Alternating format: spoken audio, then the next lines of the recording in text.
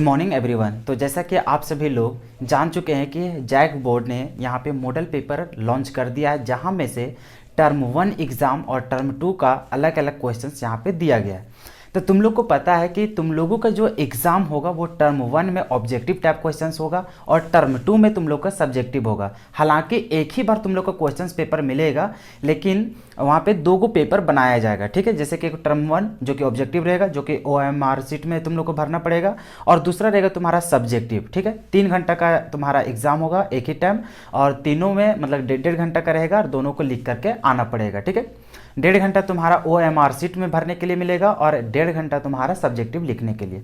तो ऑब्जेक्टिव के लिए जितने भी सेट 1 में तैयार किया गया था उसका सॉल्यूशन हम लोग पहले ही डाल चुके हैं। उम्मीद है तुम उसको देख करके यहाँ पे आया होगा। ठीक है, आज जो हम लोग बात करेंगे वो टर्म 1 मतलब टर्म 1 के बाद हम लोग टर्म 2 का सॉल्यूशन यहाँ पे देखेंगे, जिसमें हम लोग को सब्जेक्टिव है। बहुत सारे स्टूडेंट को बहुत सारा कंफ्यूजन रहता है कि हम लोग वो क्वेश्चंस का कैसे आंसर लिखेंगे और कौन सा बेटर हम लोग को क्वेश्चंस का आंसर होगा, क्योंकि बहुत सारे यूट्यूबर ऐसे भी होते हैं कि जिन्हें उतना डीपली नॉलेज भी नहीं होती है, या फिर किसी तरह से कहीं कभी नोट्स उन लोग चिपका देता है और ये नहीं सोचते हैं कि स्टूडेंट को कैसे बीतेगा वहाँ पे, उन लोग उसे याद कर पाएंगे या नहीं कर पाएंगे। बहुत सारे डिफिकल्ट वर्ड भी यहाँ यूज कर देते हैं, बहुत सारे ऐसे भी होते हैं जहाँ पे हम लोग को गलत बता दिया जाता है।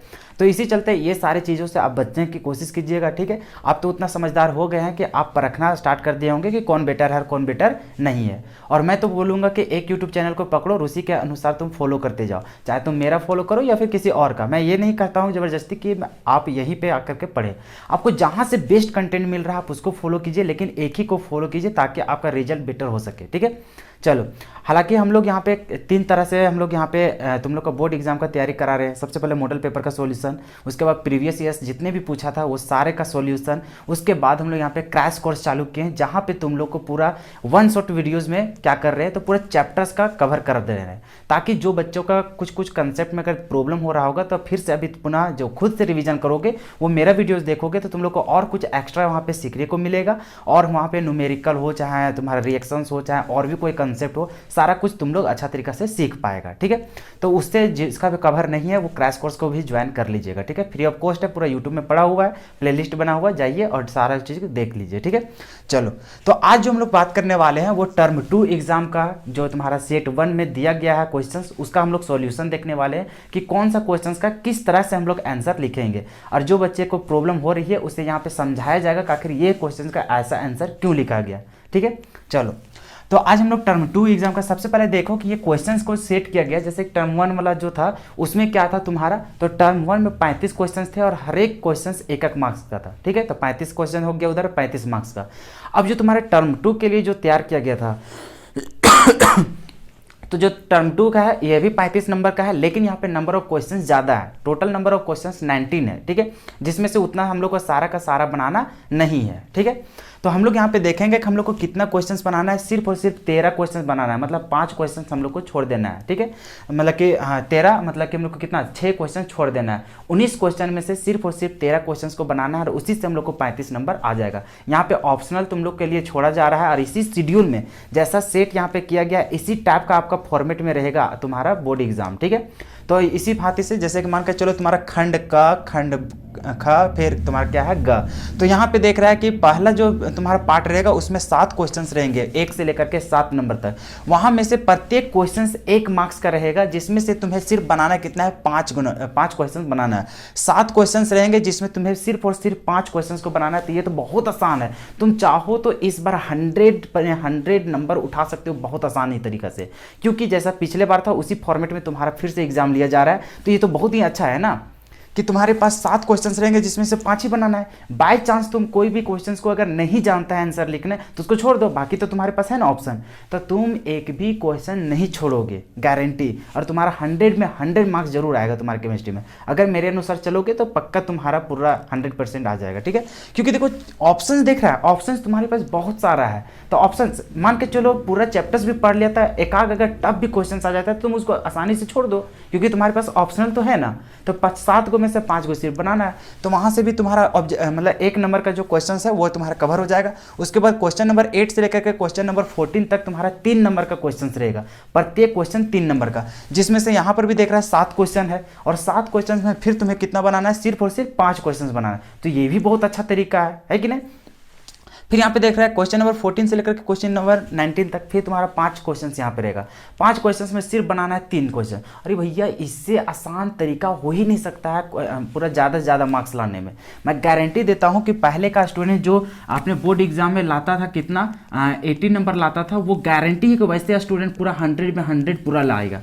क्यों? क्योंकि पहले क्या रहता था कि मान के चलो तुम्हारे पास 5 क्वेश्चन है, ठीक है, 55 नंबर या मान के चलो 5 नंबर का क्वेश्चन 5 को क्वेश्चन दिया है और तुम्हें क्या करना है 5 नंबर का 5 को बनाना है। वैसे स्टूडेंट जिसे पूरा नॉलेज नहीं रहता था तो मान के चलो 2 क्वेश्चन तुम्हारे डिफिकल्ट हो गया तो 2 क्वेश्चन था सीधा खत्म हो जाता है, तो 10 नंबर ऐसे लेस हो गया। लेकिन इस बार क्या है तुम्हारे पास मान के चलो 5 क्वेश्चन है जिसमें से सिर्फ और सिर्फ तुम्हें 3 को बनाना है। बाई चांस तुम 2 को अगर नहीं जाता है आंसर लिखने तभी 2 को छोड़ दो, तब भी तो तुम्हें 3 को हो गया। 5 को में से 3 को बनाना है, 2 को छोड़ दो, फिर भी तुम्हारा क्या हो गया, तब पूरा 15 में 15 नंबर आराम से आ जाएगा। समझ में आ रहा है? तो इस तरह से अबर तुम लोग के लिए बहुत ही अच्छा ऑप्शन है बोर्ड एग्जाम में पूरा 100% रिजल्ट लाने का, ठीक है। इसी तरह से तुम्हारा मैथ वगैरह जितने भी सब्जेक्ट हैं वो सारे चीज़ में इस तरह से नंबर उठा सकते हो। समझ में आ गया? तो तुम्हें पता चल गया कि किस तरह का क्वेश्चंस है और किस तरह से यहाँ पे सेट किया गया। तो तुम टेंशन मतलब 5 सेट आएगा, 5 सेट का सॉल्यूशन कर लेना, उसी से तुम्हारा काम आ जाएगा। फिर तुम्हारा जो प्रीवियस ईयर क्वेश्चन है उसका सॉल्यूशन देखोगे वो कवर हो जाएगा। लेकिन ये सब करने से पहले तुमको चैप्टर का नॉलेज होना बहुत जरूरी है। इसी चलते हम पहले क्रैश कोर्स स्टार्ट किए ताकि तुम जाओ वहाँ पे चैप्टर्स को समझने की प्रयास करो, क्योंकि अभी भी तुम्हारे पास कितना है तो 1.5 महीना से 2 महीना का समय है, ठीक है। तो इतना में अगर तुम टाइम लगा देते हो चैप्टर्स को समझने में तो तुम आसानी से, क्योंकि ये सारे जितने भी चैप्टर्स आएंगे ऐसा नहीं कि पूरा मॉडल पेपर से क्वेश्चंस आएगा, प्रीवियस ईयर क्वेश्चन से भी क्वेश्चंस रिपीट होगा। मोटा मोटी बोलो तुम्हारे चैप्टर्स का क्वेश्चंस रहेगा, तो बिना चैप्टर्स को तुम समझे हुए कोई भी क्वेश्चंस को टच नहीं कर पाओगे। रीजन देखो यहीं पे देखो 1 नंबर का क्वेश्चन कुछ भी देखो, give an example of aerosol. अभी एरोसोल बोला है उसके जगह में कुछ और बोल देगा, तब तुम क्या करोगे? तो इसी चलते चैप्टर्स को तुम अगर समझ जाओगे तो तुम आसानी से कोई भी आंसर लिख सकते हो। समझ में आ गया ना? तो इसी चलते, क्योंकि पूरा इंपॉर्टेंट क्वेश्चन इस सब के चक्कर में रहोगे तो तुम फंस जाओगे। लेकिन चैप्टर का नॉलेज रहेगा तो तुम्हारे पास कोई भी सवाल आ जाएगा तो उसको आराम से तुम बना सकते हो, ठीक है।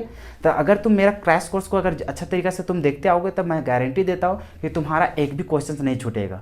गारंटी देता हूँ, गारंटी। 1-2 क्वेश्चंस ऐसे आएंगे जो मैं नहीं बताया रहूँगा तो क्या दिक्कत है भाई, तुम्हारे पास ऑप्शंस भी तो ज़्यादा हैं। तो 2 को अगर मान के चलो क्वेश्चन छूट भी जाएगा जो अलग क्वेश्चंस आ गए जो तुमने नहीं पढ़ा है तो क्या फ़र्क पड़ता है। अदर फिर तुम्हारे पास जो 5 क्वेश्चन जो बचेगा, 7 क्वेश्चन में से 2 अगर नहीं पढ़ा है छोड़ो ना, 5 क्वेश्चन तो जान रहे हैं ना, तो उसको बनाओ, फिर भी तो तुम्हारा फुल में फुल मार्क्स आ जा रहा है। तो उतना टेंशन मत लो। इसी चलते हम उसी बेसिस से तुम लोग को बता रहे हैं जो तुम्हारे बोर्ड एग्जाम के लिए इंपॉर्टेंट टॉपिक्स है वही सब फिर रिपीट कर रहे हैं। और जो क्वेश्चंस तुम्हारे बार बार क्वेश्चन पूछा जाता है जिस टॉपिक से, उसका पूरा क्रैश कोर्स कराया गया। तो तुम पहले क्रैश कोर्स को भी देखते जाओ, तुम्हें बहुत बेनिफिट होने वाला है, ठीक है। चलो, उम्मीद है तुम स्टार्टिंग से हमसे जुड़ा हुआ होगा और तुम सारी चीज़ों को समझते हुए आ रहे होगे और मेरे बातों को यहाँ पे फॉलो करोगे, ठीक है। चलो अब यहाँ पे बात करते हैं। देखो सेट 1 में जो हमारे होगा टर्म 2 का जो क्वेश्चन था वो क्या है, पहला क्वेश्चन तो देखो, give an example of aerosol. Aerosol में हम लोग को क्या होता है, तो यहाँ पे हम लोग ये सरफेस केमिस्ट्री का क्वेश्चन है और इसका क्या होता है। सो देखो यहाँ पे हम लोग चलते थे डिस्पर्स फेस और डिस्पर्सन मीडियम, 2 चीज़ हम लोग पढ़ते हैं। एक हम लोग पढ़ते हैं डिस्पर्स फेस और एक हम लोग पढ़ते हैं क्या चीज़, तो डिस्पर्सन मीडियम बोलते हैं, ठीक है। अब इसमें होता क्या है कि जो डिस्पर्सन मीडियम होता है इसमें हम लोग को गैस हो जाता है, क्या हो जाता है, गैस। तो वैसा हम लोग को हम लोग वैसा यहाँ पे कोलाइडल का बात करेंगे जिसमें हम लोग क्या करेगा, यहाँ पे जैसे हम लोग चलेंगे जिसमें हम लोग को क्या हो, डिस्पर्सन मीडियम में क्या हो, हम लोग डिस्पर्सन मीडियम में हम लोग को क्या हो जाए, यहाँ पे गैस हो जाए, और डिस्पर्स फेस में हम लोग को क्या हो जाए, यहाँ पे दोनों चीज़ हो सकता है, तुम्हारा सॉलिड भी हो सकता है और यहाँ पे क्या हो सकता है, लिक्विड भी हो सकता है, ठीक है। तो यहाँ पे हम लोग बताएंगे कि डिस्पर्स फेस या फिर डिस्पर्सन मीडियम में क्या क्या रहेगा। तो डिस्पर्सन मीडियम में तुम्हारा गैस जब जब रहेगा तब तक उसको क्या बोलेंगे, एरोसोल। अगर सॉलिड रहेगा तो सॉलिड एरोसोल, अगर लिक्विड रहेगा तो उसको क्या बोलेंगे, लिक्विड एरोसोल। अब यहाँ पे देखो सिर्फ और सिर्फ तुमको क्या बोला था, एरोसोल। तो एरोसोल में सॉलिड वाला भी लिख सकते हैं और लिक्विड वाला भी लिख सकते हैं। तो यहाँ पे क्या होगा एरोसोल का, तो तुम जानता है जैसे स्मोक ही सब हो गया, उसमें भी देखता है तुम्हारा क्या रहता है, गैस ज़्यादा रहता है और उसमें सॉलिड पार्टिकल क्या रहता है, बहुत ही कम रहता है। तो कम रहता है कौन सी, सॉलिड, तो उसको हम लोग डिस्पर्स फेस बोलते हैं। और ज़्यादा क्या रहता है तुम्हारा, गैस, तो उसको क्या बोलते हैं, डिस्पर्सन मीडियम। उसी तरह से तुम देखता होगा डस्ट पार्टिकल, तो उसमें भी उसी तरह रहता है, गैस ज़्यादा रहता है और तुम्हारा डस्ट क्या रहता है, जो उसका पार्टिकल रहता है वो क्या रहता है, बहुत ही कम रहता है, तो वो भी हो गया। फॉग, फॉग को देखता होगा तो उसमें भी लिक्विड कम रहता है और तुम्हारा गैस क्या रहता है, ज़्यादा रहता है। फिर उसी तरह से स्प्रे ये सब देखता होगा, उसमें भी क्या रहता है, लिक्विड का मात्रा कम रहता है और एयर का मात्रा क्या होता है, ज़्यादा होता है। तो जहाँ हम लोग को एयर का मात्रा ज़्यादा दिखा तो वो हम लोग को क्या हो जाता है, एरोसोल। तो उसका एग्जाम्पल पूछा था तो हम लोग एक ही पूछा था, लेकिन हम यहाँ पे बहुत सारे लिखा दिए ताकि उनमें से तुम कुछ भी लिख दो, ठीक है। देखो स्मोक हो गया, डस्ट हो गया, फॉग हो गया, स्प्रेस हो गया, मिस्ट हो गया, तो ये सारा हम लोग को किसका एग्जाम्पल है, एरोसोल का। तो कुछ भी पूछेगा तो तुम एक याद कर लेना, तो इतना सारा तुम पढ़ लोगे तो एक ना एक तो दिमाग में आएगा ही, तो उसको लिख लेना। क्या समझ में आ गया? चलो, और अगर मेरा वीडियोस देखा होगा सरफेस केमिस्ट्री तो ये सब तो तुम्हारे लिए आसान है, क्योंकि वहाँ पे तुम्हें सारा कुछ अच्छा तरीका से एक्सप्लेन करके बताया गया था और वहाँ पे ये भी बताया गया था कि ये सारा चीज़ इंपॉर्टेंट है। चलो अब हम लोग बात करते हैं second question, what is metallurgy. आखिर मेटलर्जी होता क्या है? तो मेटलर्जी एक प्रोसेस है। क्या चीज है? मेटलर्जी एक प्रोसेस है जिससे हम लोग क्या कर सकते हैं, मेटल को प्राप्त कर सकते हैं प्योर अवस्था में, ठीक है। तो उसी प्रोसेस को हम लोग क्या कहते हैं, मेटलर्जी कहते हैं। अब वो जो प्रोसेस होता है वो क्या क्या हो जाता है, तो साइंटिफिक हो जाता है या तो फिर टेक्नोलॉजिकल प्रोसेस होता है, ठीक है। तो ये दोनों के माध्यम से हम लोग क्या करते हैं, मेटल का हम लोग फॉर्मेशन करते हैं उन लोग को यूज करके, तो उसी चीज को हम लोग क्या बोलते हैं, मेटलर्जी। तो यहाँ पे इंग्लिश में क्या लिखा है, सो देखो, the entire scientific and technological process used for isolation of the metal from its ore is known as metallurgy. यहाँ पे क्या है कि जो ओर्स होते हैं वो ओर में हम लोग का क्या होता है, उससे मेटल को अलग करने के लिए जो प्रोसेस का यूज करते हैं, जैसा कि साइंटिफिक हम लोग को क्या क्या हो सकता है, साइंटिफिक हो सकता है या फिर टेक्नोलॉजिकल हो सकता है। तो वैसे प्रोसेस का हम लोग यूज जो करते हैं मेटल को हम लोग सेपरेट करने के लिए, आइसोलेट करने के लिए, कहाँ से, तो उसके ओर से, तो उसी प्रोसेस को हम लोग क्या बोलते हैं, मेटलर्जी कहते हैं। क्या तुम्हें समझ में आ गया? समझ में आ गया? चलो अब हम लोग बात करते हैं क्वेश्चन नंबर 3। तो क्वेश्चन नंबर 3 क्या बोलता है, तो among hydrides of group 15 elements which has lowest boiling point, किसका बात कर रहा है यहाँ पे, तो यहाँ पे देख रहे हैं लोवेस्ट बॉइलिंग पॉइंट का बात कर रहा है। किसका बात कर रहा है, लोवेस्ट बॉइलिंग पॉइंट। तो हम लोग जानते हैं, और किसका बात कर रहा है, यहाँ पे देख रहे हैं कौन सा ग्रुप का बात कर रहा है, तो ग्रुप नंबर 15 का। तो हम लोग जानते हैं ग्रुप नंबर 15 में कौन कौन रहता है, तो नाइट्रोजन, फास्फोरस हो गया, फिर हम लोग देखते थे आर्सेनिक हो गया, एंटीमनी हो गया, बिस्मथ हो गया, तो यही चीज़ है हम लोग को। तो यहाँ पे हम लोग देखते हैं एक ट्रेंड देखते थे हम लोग कि ऊपर से नीचे जाते हैं तो हम लोग को क्या होता है, हाइड्राइड्स का जो उसका हाइड्राइड रहता है उसका क्या होता है, बॉइलिंग पॉइंट इंक्रीज होने लगता है। इंक्रीज क्यों होता है, क्योंकि उन लोग के बीच में वांडर वाल जो फोर्सेस होता है वो क्या होता है, बढ़ जाता है, और वांडर वाल फोर्स बढ़ता है और साथ ही साथ क्या बढ़ता है, मोलिक्यूलर वेट। और हम लोग जानते हैं कि बॉइलिंग पॉइंट का जो डायरेक्टली प्रोपोर्शनल होता है किसका होता है, मोलिक्यूलर वेट, और बॉइलिंग पॉइंट डायरेक्टली प्रोपोर्शनल किसका होता है, वांडर वाल फोर्सेज। तो हम लोग जानते हैं कि ऊपर से नीचे जाते हैं तो बॉइलिंग हम लोग उसका क्या होगा, मोलिक्यूलर फॉर्मूला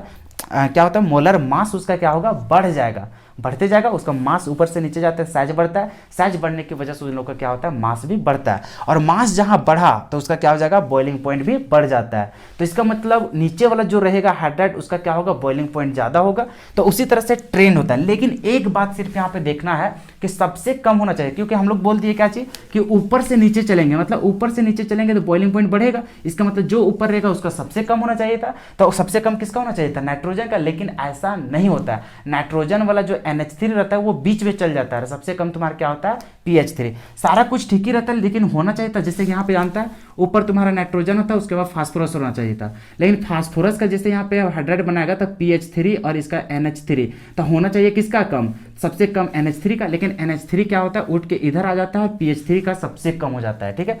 तो ये थोड़ा सा एक्सेप्शनल है NH3 का, यहाँ तक कोई दिक्कत नहीं।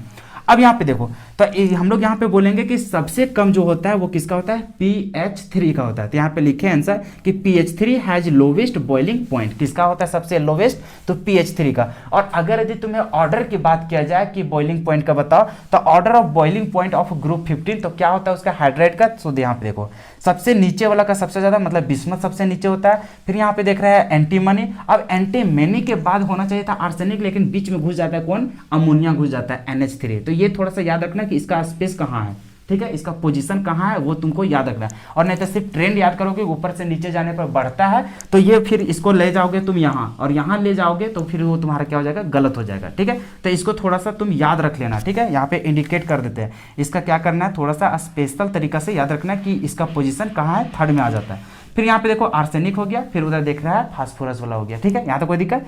तो ये चीज था, चलो इसको स्क्रीनशॉट कर लो या तो फिर तुम इसको नोट कर लो, जैसे भी करना है कर लो, ठीक है। अब देखो क्वेश्चन नंबर 4 में क्या पूछा है, how many unpaired electrons are present in Mn2 plus ion. अब ये मैग्नीज 2 प्लस के ऊपर आखिर हम लोग को अनपेयर्ड इलेक्ट्रॉन कितना होता है उसको निकालना है। तो सबसे पहले तुम लोग को एक बात बार बार बता रहे हैं कि तुम लोग को एटॉमिक नंबर 1 से लेकर के तुम लोग को 30 तक कंफर्म तुम लोग को कंठस्थ तुम लोग को याद होना चाहिए कि 21 में कौन सा एलिमेंट है, 22 में कौन है, 23 में कौन है, 24 में कौन है, 25 में कौन है, 26 में कौन है, 27 में कौन है। इस तरह से 30 तक तुम्हें याद होना पूरा जरूरी है, क्योंकि तुम्हें पता ही नहीं पड़ेगा कि कॉपर का कितना होता है, मैग्नीज का कितना होता है। ये सारी चीज़ अगर नहीं जानोगे तो तुम मार खा जाओगे, क्योंकि यहाँ पे देखा कहीं लिखा हुआ रहता है उसमें क्या कि कितना है एटॉमिक एटॉमिक नंबर, ये सब कभी नहीं तुमको बताएगा। इसी चलते तुमको याद होना बहुत जरूरी है, ठीक है।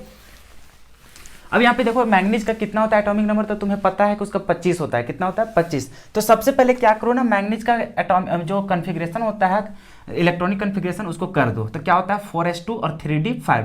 तो हम लोग को क्या करना है 2 प्लस पे निकालना है, मतलब Mn2 प्लस। तो 2 इलेक्ट्रॉन को बाहर निकालना है, कैसे हटाएगा तो s से निकालेगा 4s से। तो यहाँ से 2 इलेक्ट्रॉन निकाल देगा तो कितना बचेगा इसके पास 0। तो अभी भी इसके पास क्या है 3d5 और d के पास कितना है 5 इलेक्ट्रॉन और 5 इलेक्ट्रॉन को भरेगा। तो देख रहा है सभी पास क्या है अनपेयर्ड इलेक्ट्रॉन। और हम लोग को पूछा क्या था total number of unpaired electron, तो कितना है हम लोग को तो 5 है। कितना है 5। तो इसी चलते लिख देंगे आंसर में कि number of unpaired electron in Mn2 plus is कितना हो जाएगा 5 हो जाएगा। क्या यहाँ तक किसी को कोई दिक्कत नहीं। अभी यहाँ पे तुम्हारा Mn2 प्लस पूछा, यहाँ पे क्रोमियम का पूछ दे, कॉपर का पूछ दे, कुछ भी पूछ सकता है। इसी चलते तुम कोशिश करो यहाँ पे कि 30 तक तुम्हें याद होना चाहिए, ठीक है। चलो अब हम लोग बात करते हैं क्वेश्चन नंबर 5 का। What type of hybridization is involved in the geometry of a square planar। देखो ये क्वेश्चन जो पूछा है कि जो ज्योमेट्री है तुम्हारा स्क्वायर प्लेनर उसका हाइब्रिडाइजेशन क्या होगा। अब यहाँ पे देखो ये जो स्क्वायर प्लेनर जो पूछ दिया है इसका हाइब्रिडाइजेशन रियली बोलो तो ये चीज पढ़ना हम लोग को बीएससी में। कहाँ पढ़ना है हम लोग को बीएससी में। यहाँ पे हम लोग को आईएससी में हम लोग को ये चीज पढ़ना ही नहीं था, ये चीज हम लोग को पढ़ना नहीं था और इसके बारे में हम लोग को उतना एक्सप्लेनेशन यहाँ पे नहीं किया गया था। इससे क्वेश्चंस भी हम लोग को नहीं पूछा जाता था, लेकिन फिर भी यहाँ पे पूछ दिया कि स्क्वायर प्लेनर का हाइब्रिडाइजेशन क्या होता है। अब ये स्क्वायर प्लेनर इस तरह से दिखता है, मान के चलो यहाँ पे कोई भी है और इसको इस तरह से, और यहाँ पे रह जाता है बी बी बी बी इस तरह से। अभी यहाँ पे देखोगे इन लोग को मिलाओगे तो तुम्हें एक स्क्वायर के जैसा मिलेगा और ये चारों का चारों एक प्लेन में रहता है। इसी चलते इसको बोला जाता है स्क्वायर प्लेनर। तुम देखा होगा कि जो ऑक्टाहेड्रल जो बनाता था, जैसे कि यहाँ पे एक और एक यहाँ इस तरह से, तो ऑक्टाहेड्रल का जो स्ट्रक्चर्स बनाता था जिसमें 2 लोन पेयर होते थे, अगर लोन पेयर को हटा दिया जाता तब तुम्हारा क्या बन जाता यही चीज, ठीक है। लेकिन अभी होगा क्या, इसका अगर अनदेखा करके तुम डायरेक्टली ये चीज तो तुम समझ गया था कि इसको हम लोग क्या बोलते हैं स्क्वायर प्लेनर। अगर इसका हाइब्रिडाइजेशन तुम लिखने जाओगे तो इसका क्या लिख देता तुम तो sp3 लिख देगा। क्या लिख देगा sp3। अब sp3 लिखने जाओगे तो ये क्या हो जाएगा गलत हो जाएगा, क्योंकि वो होता है टेट्राहेड्रल का होता है। अब ऐसा तो होगा नहीं, अब इसका फिर तो मार खा जाओगे। तो इसी चलते क्या होता है इसका हम लोग को अलग तरीका से इसका कंसेप्ट होता है जो कि हम लोग को पढ़ना क्या है, कहाँ है हम लोग को बीएससी में। अरे ये क्वेश्चंस अगर हम लोग को पूछ दिया तो कोई दिक्कत नहीं, इस तरह का क्वेश्चंस नहीं पूछेगा, इतना तुम लिख कर ले लो, ठीक है। और अगर यही क्वेश्चंस पूछ देगा तो तुम याद रख लो कि उसका क्या होता है DSP2। क्या होता है DSP2। तो ये चीज हम लोग को नहीं पढ़ना है यहाँ पे। क्या ये जो क्वेश्चन नंबर 5 है ये हम लोग को बीएससी में पूरा अच्छा तरीके से पढ़ना है, डीपली पढ़ना है, जो कि तुम्हारा क्लास 11th और 12th में नहीं पढ़ाया गया है, ठीक है। तो इसी चलते इसको कोई दिक्कत नहीं, क्योंकि वहाँ पे जैसे हम लोग केमिकल बॉन्डिंग पढ़ते हैं बीएससी में तो वहाँ पे पूरा एक्सप्लेनेशन के साथ ये सारा चीज़ आता है, ठीक है। सिर्फ यही नहीं और बहुत कुछ आता है। तो इसी चलते अभी ये चीज़ क्वेश्चन तुम लोग को नहीं पूछेगा, क्योंकि तुम लोग का सिलेबस का बात ही नहीं है, ठीक है। तो इसका इस तरह सजा मत देना कि sp2d, ऐसा नहीं मत सजा देना, इसको इसी तरह से लिखा जाता है DSP2। तो इसका हम लोग बीएससी में पढ़ेंगे। अगर कभी केमिस्ट्री करोगे तुम लोग बीएससी आगे करके तब वहाँ पे अच्छा तरीके से पढ़ोगे, ठीक है। तो इसमें कोई मायने नहीं रखता, इसको इग्नोर कर सकता है इस चैप्टर मतलब इस क्वेश्चन को, ठीक है। चलो अब है तुम्हारा question number 6, right the IUPAC name of, यहाँ पे दिया है एक कंपाउंड, इसका हम लोग को क्या करना है, आईयूपीएसी नेम लिखना है। अब यहाँ पे देखो सबसे पहले देख रहा है फंक्शनल ग्रुप, तो यहाँ पे दो को दिख रहा है, एक यहाँ पे देख रहा है एल्डिहाइड और एक तुम्हारा देख रहा है क्या चीज, OH मतलब एल्कोहल।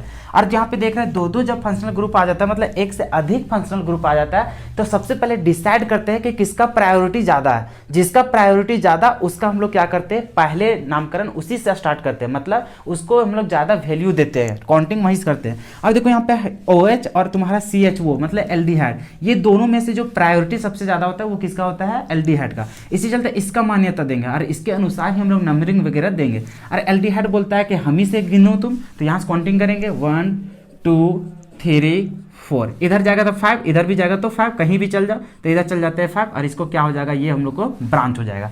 अब इसका नाम लिखो, और ये भी OH जो है ये भी हम लोग को क्या हो जाएगा, ब्रांच हो जाएगा। अब इसका नाम लिखोगे, अब यहाँ पे देखो OH को लिखेगा तो इसको हाइड्रोक्सी लिखना पड़ता है। जब भी अल्कोहल का अगर OH को हम लोग कहाँ लिखते हैं, अगर उसको ब्रांच के जैसा अगर ट्रीट किया जाता है तो उस समय उसको हाइड्रोक्सी लिखते हैं। क्या चीज लिखते हैं, हाइड्रोक्सी। और हाइड्रोक्सी लिखेंगे तो H से लिखना पड़ेगा, और CH3 को मिथाइल लिखते हैं तो M लिखना पड़ेगा। बताओ H पहले आता है कि M आता है पहले, तो तुम बोलेगा H पहले आता है, तो चलो H पहले लिख दो। तो इसको सबसे पहले देखो OH जो है उसके लिए हम लोग क्या लिखते हैं, हाइड्रोक्सी। क्या लिखते हैं हम लोग, हाइड्रोक्सी। यहाँ तक समझ में आ गया। अब देखो हाइड्रोक्सी जो है वो कितना पोजीशन में, थर्ड पोजीशन में, तो इसी चलते उससे पहले नंबरिंग दिखा दिया जाता है। क्या हो गया, 3 हाइड्रोक्सी। अब लिखो किसका लिखेगा, मिथाइल जो ब्रांच है, अब कितना पोजीशन में, 4 पोजीशन में, तो यहाँ लिखेंगे 4, और इसके लिए क्या लिखेंगे हम लोग, मिथाइल लिखेंगे। क्या लिखेंगे, मिथाइल। अब देखो लॉन्गेस्ट चेन कितना कार्बन का है, तो 5 कार्बन का, तो 5 कार्बन के लिए हम लोग क्या लिखते हैं, पेंटेन। क्या लिखते हैं हम लोग, पेंटेन। अब यहाँ पे देखो तुम्हारे पास जो फंक्शनल ग्रुप है वो मेन फंक्शनल ग्रुप क्या है तुम्हारा, एल्डिहाइड, और एल्डिहाइड के लिए क्या लिखते हैं, Al, और कितना पोजीशन में, 1 पोजीशन में। और वैसे भी तुम जानते हैं कि एल्डिहाइड सदैव 1 ही पोजीशन में आता है, ठीक है। तो इसी चलते यहाँ पे 1 2 या ना दो कोई फर्क नहीं पड़ता है। और एल्डिहाइड के लिए हम लोग लिखते हैं Al लिखते हैं। क्या लिखते हैं, Al। अब यहाँ पे देखो दो दो वोवेल हो जाते हैं, इसी चलते E को यहाँ पे हटा दिया जाता है। तो ये हो गया तुम्हारा उसका नोमेनक्लेचर, मतलब आईयूपीएसी नेम। क्या हो जाएगा, 3 हाइड्रोक्सी 4 मिथाइल पेंटेन 1 Al, या तो फिर यहाँ पे डायरेक्टली इसको हटा करके इसको सटा सकता है इसमें, और बोल सकता है 3 हाइड्रोक्सी 4 मिथाइल पेंटेनल। खत्म कहानी, ठीक है। तो ये था तुम्हारा क्वेश्चन नंबर 6 तक। चलो हम लोग चलते हैं फिर नेक्स्ट क्वेश्चन में। अब देखो क्वेश्चन नंबर 7 क्या बोल रहा है, write name of a disease causes bye deficiency of vitamin D, कि विटामिन डी की कमी से हम लोगों का कौन कौन सा बीमारी होता है। तो 2 बीमारी का नाम लिखे हैं, जिसमें से सिर्फ यहाँ पे एक ही बोला था। अच्छा यहाँ पे एक भी नहीं बोला था, तो तुम लिख सकता है, क्योंकि ये ऑब्जेक्टिव हम लोग ऑब्जेक्टिव बोल रहे हैं, 1 नंबर का क्वेश्चन है, इसी चलते तुम एक ही आंसर लिख सकता है। मैंने यहाँ पे 2 क्वेश्चन लिखा, मतलब 2 आंसर लिखा दिया, दोनों याद कर लोगे तब बेटर है, क्योंकि 2 में से कोई एक लिख देना तब भी तुम्हें मार्क्स मिल जाएगा, ठीक है। तो क्या क्या होता है, रैकेट्स हो गया, और क्या है तुम्हारा ऑस्टियोमैलेशिया है। क्या चाहिए हम लोग को, ऑस्टियोमैलेशिया है, ठीक है। तो ये दोनों का दोनों बीमारी जो होता है इसके कारण हम लोग को क्या होता है, तो बोन्स में, मतलब तुम्हारे जो हड्डी होते हैं वो हड्डी में इसमें होता है प्रॉब्लम, ठीक है। जो कि ये जो होता है वो बच्चे के लिए होता है, ये जो होता है वो मेच्योर लोगों के लिए होता है, ठीक है। अब ये आखिर ये अभी रहा क्या चीज, डाइजीज के बारे में। कभी क्या रहेगा कि डेफिशिएंसी जो होता है, मतलब कि अभी डेफिशिएंसी के कारण कौन कौन सा बीमारी होता है ये पूछ दिया।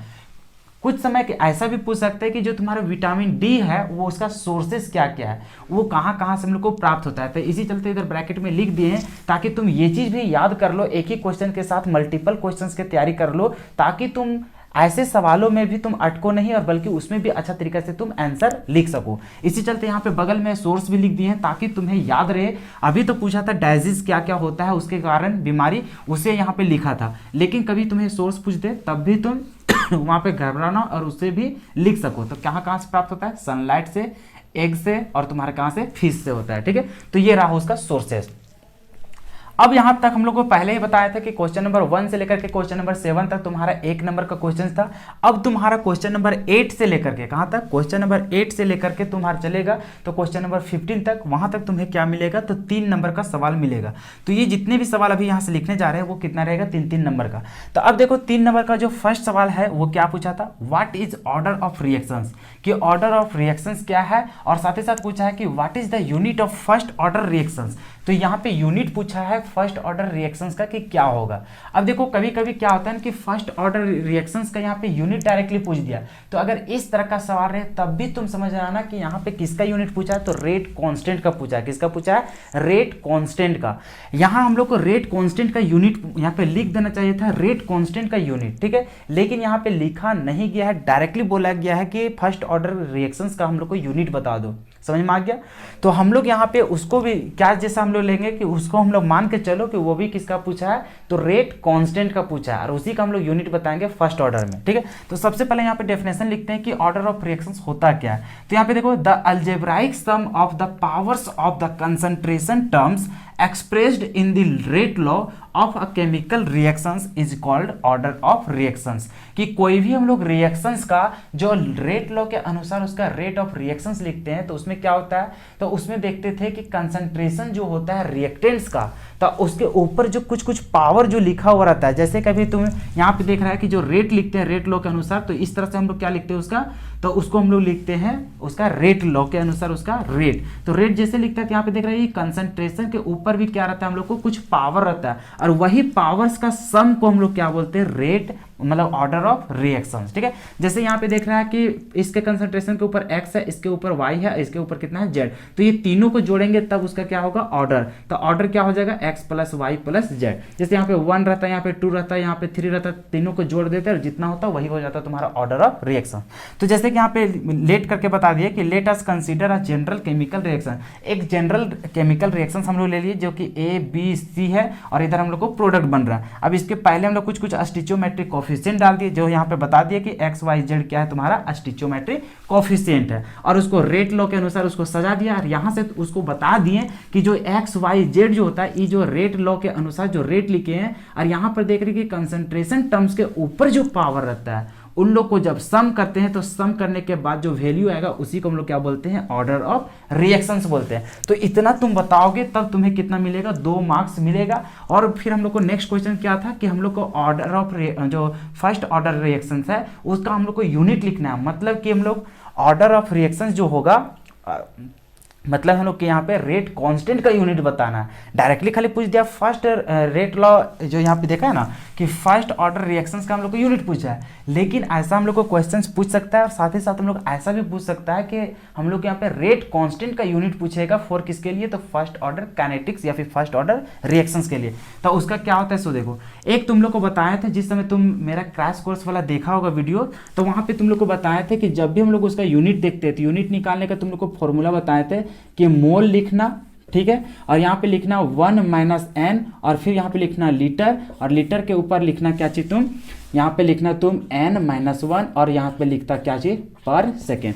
अब तुम्हें क्या होता है कि हम लोग यहाँ पे जो n होता है वहाँ पे ऑर्डर को शो करता है। अभी तुम्हारे पास क्या है, फर्स्ट ऑर्डर, मतलब n का वैल्यू कितना पुट करना है, 1। अब यहाँ पे 1 जैसे पुट करोगे तो ये दोनों क्या हो जाएगा, 0 पावर में, और 0 जैसे पावर में होगा तो वो क्या हो जाएगा, उसका पूरा ओवरऑल ये दोनों क्या हो जाएगा, 1 के इक्वल हो जाएगा। तो 1 के इक्वल हो जाएगा, तो ये 1 1, और ये सिर्फ बचेगा कितना, पर सेकेंड बचेगा, कितना बचेगा हम लोग को, पर सेकेंड। तो ये निकालने का तरीका था, तो हम लोग इतना यहाँ पे नहीं लिखेंगे, डायरेक्टली हम लोग को पूछा था क्या चीज, ऑर्डर ऑफ रिएक्शंस वहाँ पे पूछा था उसका यूनिट, तो हम लोग डायरेक्टली यहाँ पे क्या लिख देंगे, पर सेकेंड, ठीक है। तो वो तरीका खाली बता रहे थे कि उस तरह से हम लोग को लिखना होता है, तो वो चीज़ तुम लोग को याद होगा अभी भी, ठीक है। चलो यहाँ तो कोई दिक्कत नहीं, चलो इसको नोट करो या फिर इसको स्क्रीनशॉट करो, जैसे करना है कर लो, वीडियोस तुम्हारे हाथ में है, ठीक है। चलो अब देखो क्वेश्चन नंबर 9। क्वेश्चन नंबर 9 क्या बोल रहा है, right difference between physics option and chemistry option.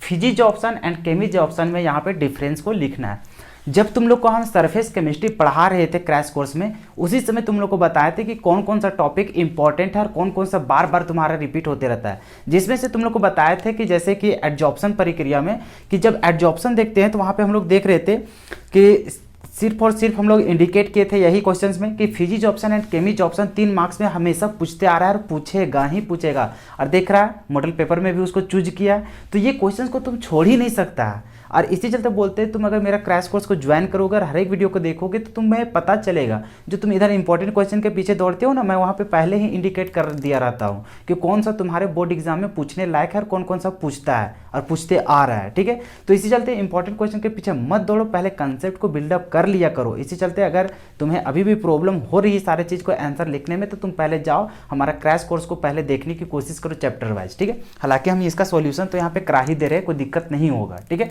फिर भी तुम्हारे भलाई के लिए ही बोल रहे हैं। चलो अब यहाँ पे देखो ये भी 3 मार्क्स का है। अब इसका कैसे कैसे लिखेंगे, देखो एक तरफ फिजिक्स ऑप्शन बांटे है, एक तरफ केमिस्ट्री ऑप्शन बांटे है, ठीक है। इसका हम यहाँ पे 9 पॉइंट लिखाएंगे। अब 9 पॉइंट में तुम्हारी मर्जी कि तुम कितना लिखोगे, उसका चाहो तो तुम 6 लिखो, 7 लिखो, 8 लिखो, ठीक है। और अगर तुमसे सारा कुछ कम से कम तुम्हें तो 5 को डिफरेंस से ज़्यादा लिखना पड़ेगा, 5 पॉइंट से ज़्यादा, तभी तुम्हें 3 नंबर मिलेगा। ऐसे चुटकी में थोड़ी ना मिल जाएगा, कम से कम 5 से प्लस लिखना, कम तो लिख ही नहीं पाएगा, ठीक है। तो यहाँ पे 9 पॉइंट लिखाएंगे। 9 पॉइंट में तुम अपने से 5, 6, 7 ऐसे जैसे ही लिखो, अगर तुम 9 में 9 लिख देगा तो तुम्हारा 1 नंबर भी माइनस नहीं होगा, ठीक है। चलो फर्स्ट पॉइंट में क्या लिखा है कि it arises because of van der Waal forces. ये जो फिजिक्स ऑप्शन होता है तुम पहले से ही जान रहे हो कि फिजिक्स ऑप्शन एक वीक या फोर्सेस से जुड़ा रहता है, केमिस्ट्री ऑप्शन तुम्हारा एक स्ट्रॉन्ग से, ठीक है। अब ये इसी चलते यहाँ पे लिखा गया है कि ये जो अराइजेस होता है वो किसके कारण होता है, तो वांडरवाल फोर्सेस की वजह से ये हम लोग को अराइज होता है, ठीक है।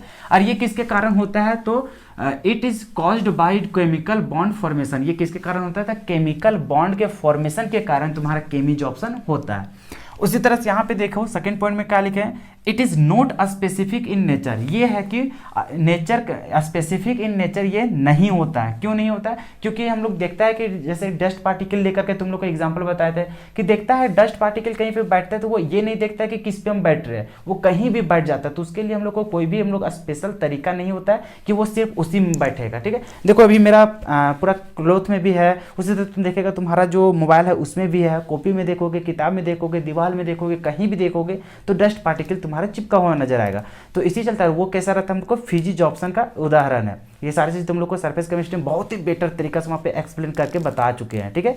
चलो तो इसी तरह से अब ये जो होता है केमिस्ट्री ऑप्शन, ये क्या होता है, स्पेसिफिक होता है नेचर में। ये कैसे, क्योंकि अगर तुम पेंट वाला एग्जांपल दिए थे कि तुम गाड़ी में जो पेंट करता है और जो तुम दीवार में पेंट करता है, दोनों हम लोग एक दूसरे को में मैच नहीं करता है। उसके लिए स्पेसिफिक रहता है नेचर में कि तुम जो कार वाला जो पेंट रहता है उसको सिर्फ कार ही में पेंट कर सकता है, लकड़ी वगैरह में नहीं कर सकता है। और जो लकड़ी उकड़ी वाला जो पेंट रहता है उसको फिर कार में नहीं कर सकता है। तो इसी चलते वो क्या होता है, नेचर में स्पेसिफिक होता है, उसका अलग कैरेक्टर रहता है, हाँ वो उसी में होगा, ठीक है। इसी चलते थर्ड पॉइंट में देखता है कि इट इज रिवर्सिबल। जो फिजिक्स ऑप्शन होता है वो रिवर्सिबल होता है, क्योंकि देखो जो तुम्हारा डस्ट पार्टिकल है उसको फूंक मार दो तो वो क्या हो जाता है, उड़ जाता है और फिर पहले जैसा ही हो जाता है, पहले भी डस्ट था, उड़ने के बाद भी डस्ट हो जाता है। लेकिन क्या होता है कि जैसे तुम यहाँ पे देखोगे जो पेंट रहता है स्टार्टिंग में देखेगा वो कैसा रहता है, हम लोग को सॉलिड फॉर्म में रहता है, ठीक है। अब उसको जैसे फिर देखता है उसको घोल उल के पूरा पेंट बनाया जाता है तो क्या हो जाता है, लिक्विड फॉर्म में। अब जब उसमें तुम्हारा क्या है, लिक्विड फॉर्म में, लेकिन उसको जैसे ही तुम पेंट कर देता है तो पेंट होने के बाद उसको अगर फिर से रिवर्स करना चाहो, उसको उखाड़ना चाहो, तो क्या तुम लिक्विड के फॉर्म में उसको प्राप्त कर सकता है, बिल्कुल नहीं। तो वो क्या हो जाता है, इरिवर्सिबल हो जाता है केमिस्ट्री ऑप्शन। इसी चलते इसमें क्या होता है, ये इरिवर्सिबल होता है, ये क्या होता है, रिवर्सिबल। यहाँ तक समझ में आ गया। फिर यहाँ पे देखो फोर्थ पॉइंट में, it depends on the nature of gas, more easily liquefiable gases are absorb readily. यहाँ पे क्या होता है, ये चीज वहाँ पे अच्छा तरीके से एक्सप्लेन किए थे, उसका ट्रेंड भी बताया था कि किसका ज्यादा लिक्विफाइबल नेचर रहता है, ये सारा चीज। तो ये जो एब्जॉर्प्शन होता है ये भी हम लोग को नेचर ऑफ गैस पे डिपेंड करता है। अब कैसे डिपेंड करता है कि जिसका ज्यादा लिक्विफाइबल जो रहेगा वो ज्यादा ही क्या होता है, एब्जॉर्ब होता है, ठीक है। और उसी तरह से तुम केमिस्ट्री ऑप्शन में बोलेंगे तो ये भी डिपेंड करता है किस पे, नेचर ऑफ गैस पे, ठीक है। अब जिसमें देखो gases which can react with the absorbent, so chemistry option, जो कि क्या होता है, जितना ज्यादा वो लिक्विफाइबल होता है वो क्या करता है, वहां पे एब्जॉर्बेंट के साथ रिएक्शंस करता है और वो क्या कहलाता है, और वो कैसा फॉर्म करता है, केमिस्ट्री ऑप्शन का, ठीक है। उसी तरह से यहाँ पे देखो फिफ्थ पॉइंट में, अब ये इंथाल्पी वाला जरूरी है, इसको याद रखना क्योंकि ये ऑब्जेक्टिव में भी घुस सकता है कि enthalpy of absorption in is low. इसमें क्या होता है कि जो फिजिक्स ऑप्शन होता है उसमें एब्जॉर्प्शन का जो इंथाल्पी होता है क्या होता है, लो होता है। और कितना के बीच में जो रेंज होता है उसको याद रखना है, कितना के बीच में रहता है, 20 से लेकर के 40 किलो जूल पर मोल। मोल, ठीक है इतना। और उसी तरह से केमी जॉब्सन का बात करते हैं तो इसमें जो इंथाल्पी होता है एडजॉर्प्शन का वो क्या होता है, बहुत ज़्यादा होता है। कितना कितना के बीच में, 80 से लेकर के 240 किलो जूल पर मोल के बीच में रहता है। तो ये दोनों डाटा तुमको याद रखना पड़ेगा। फिजिक्स ऑप्शन कितना होता है 20 से लेकर के 40 तक, और इसका कितना होता है 80 से लेकर के 240 किलो जूल पर मोल तक का होता है, ठीक है। अब ये रहा 5 पॉइंट, और अभी 4 पॉइंट लिखते हैं, तब तक के लिए इसको नोट करो या फिर स्क्रीनशॉट मारो। अब देखो नेक्स्ट पॉइंट नंबर कितना है 6। अब यहाँ पे देखो, low temperature is favourable for adsorption, it decreases with increase of temperature. यहाँ पे थोड़ा फोकस होकर समझना, हालांकि ये चीज़ हम सरफेस केमिस्ट्री में बहुत ही अच्छा तरीका से हर एक पॉइंट को एक्सप्लेन किए हुए हैं, ठीक है। तो यहाँ पे सिर्फ पढ़ के बताते जाते हैं, क्योंकि एक्सप्लेनेशन करते करते वीडियो भी ज़्यादा लंबा हो जाएगा। हालांकि ये चीज़ तो तुम लोग पहले भी समझ चुका है, ठीक है। सरफेस केमिस्ट्री का जो क्रैश कोर्स वाला चैप्टर्स वहाँ पे बता रहे थे उस समय, ठीक है। चलो, तो इसमें क्या होता है कि फिजिक्स ऑप्शन में टेम्परेचर हम लोग को लो होता है, जिससे वो फेवरेबल हो पाता है एडजॉर्प्शन प्रक्रिया होने के लिए, ठीक है। लेकिन ये क्या होता है, इसके लिए हम लोगों को जब केमिज ऑप्शन करते हैं तो उस समय हम लोगों को टेम्परेचर हाई चाहिए, फिजिक्स ऑप्शन में कम टेम्परेचर चाहिए और उसमें क्या चाहिए, ज़्यादा। अब इसमें देखो क्या होता है, अगर हम लोग टेम्परेचर को बढ़ा देंगे, क्या होता है कि अगर हम लोग टेम्परेचर को बढ़ा देंगे तो क्या होता है, उसका जो एक्टिवेशन जो उसका क्या होता है, जो एडजॉर्प्शन प्रक्रिया होता है वो क्या हो जाता है, घट जाता है। लेकिन इसमें क्या होता है, केमिज ऑप्शन में अगर टेम्परेचर बढ़ा देंगे तो उसका एडजॉर्प्शन प्रक्रिया भी क्या हो जाता है, बढ़ जाता है। इसी चलते लिखा हुआ है high temperature is favourable for adsorption, it increases with increase of temperature, और ये क्या होता है, डिक्रीज हो जाता है अगर हम लोग इंक्रीज कर देते हैं टेम्परेचर को तब, ठीक है। अब इसमें हम लोग देखते हैं हम लोग एक्टिवेशन एनर्जी का, तो इसमें किसी तरह का कोई भी चीज़ हम लोग को रिक्वायर्ड नहीं होता है एक्टिवेशन एनर्जी का। लेकिन यहाँ पे हम लोग देखते हैं कि अगर केमिक रिएक्शन का बात करते हैं तो इसमें हम लोग एक्टिवेशन एनर्जी का बहुत ज़्यादा जरूरी होता है, ठीक है। तब हम लोग वो क्या हो जाता है, केमिकल रिएक्शंस कर पाता है। तो इसी चलते यहाँ पे लिखा हुआ है no appreciable activation energy is needed, और यहाँ पे high activation energy is sometimes needed, ठीक है। कुछ टाइम के लिए ही हम लोग को चाहिए ज़्यादा। चलो अब आगे देखो 8 number, it depends on the surface area, it increases with an increase of surface area. जितना ज़्यादा सरफेस एरिया बढ़ा देंगे उतना ज़्यादा हम लोग को क्या होता है, एडजॉर्प्शन प्रक्रिया होता है, वो भी किसमें, फिजिक्स ऑप्शन में। लेकिन वही केमिज ऑप्शन में बात करते हैं तो ये भी वही काम करता है कि जब हम लोग it also depends on the surface area, it too increases with an increase of surface area. ये भी हम लोग को डिपेंड करता है सरफेस एरिया पे, और कहीं ना कहीं ये बहुत ज़्यादा ही हम लोग इंक्रीज हो जाता है अगर हम लोग सरफेस एरिया को बढ़ा देते हैं तो।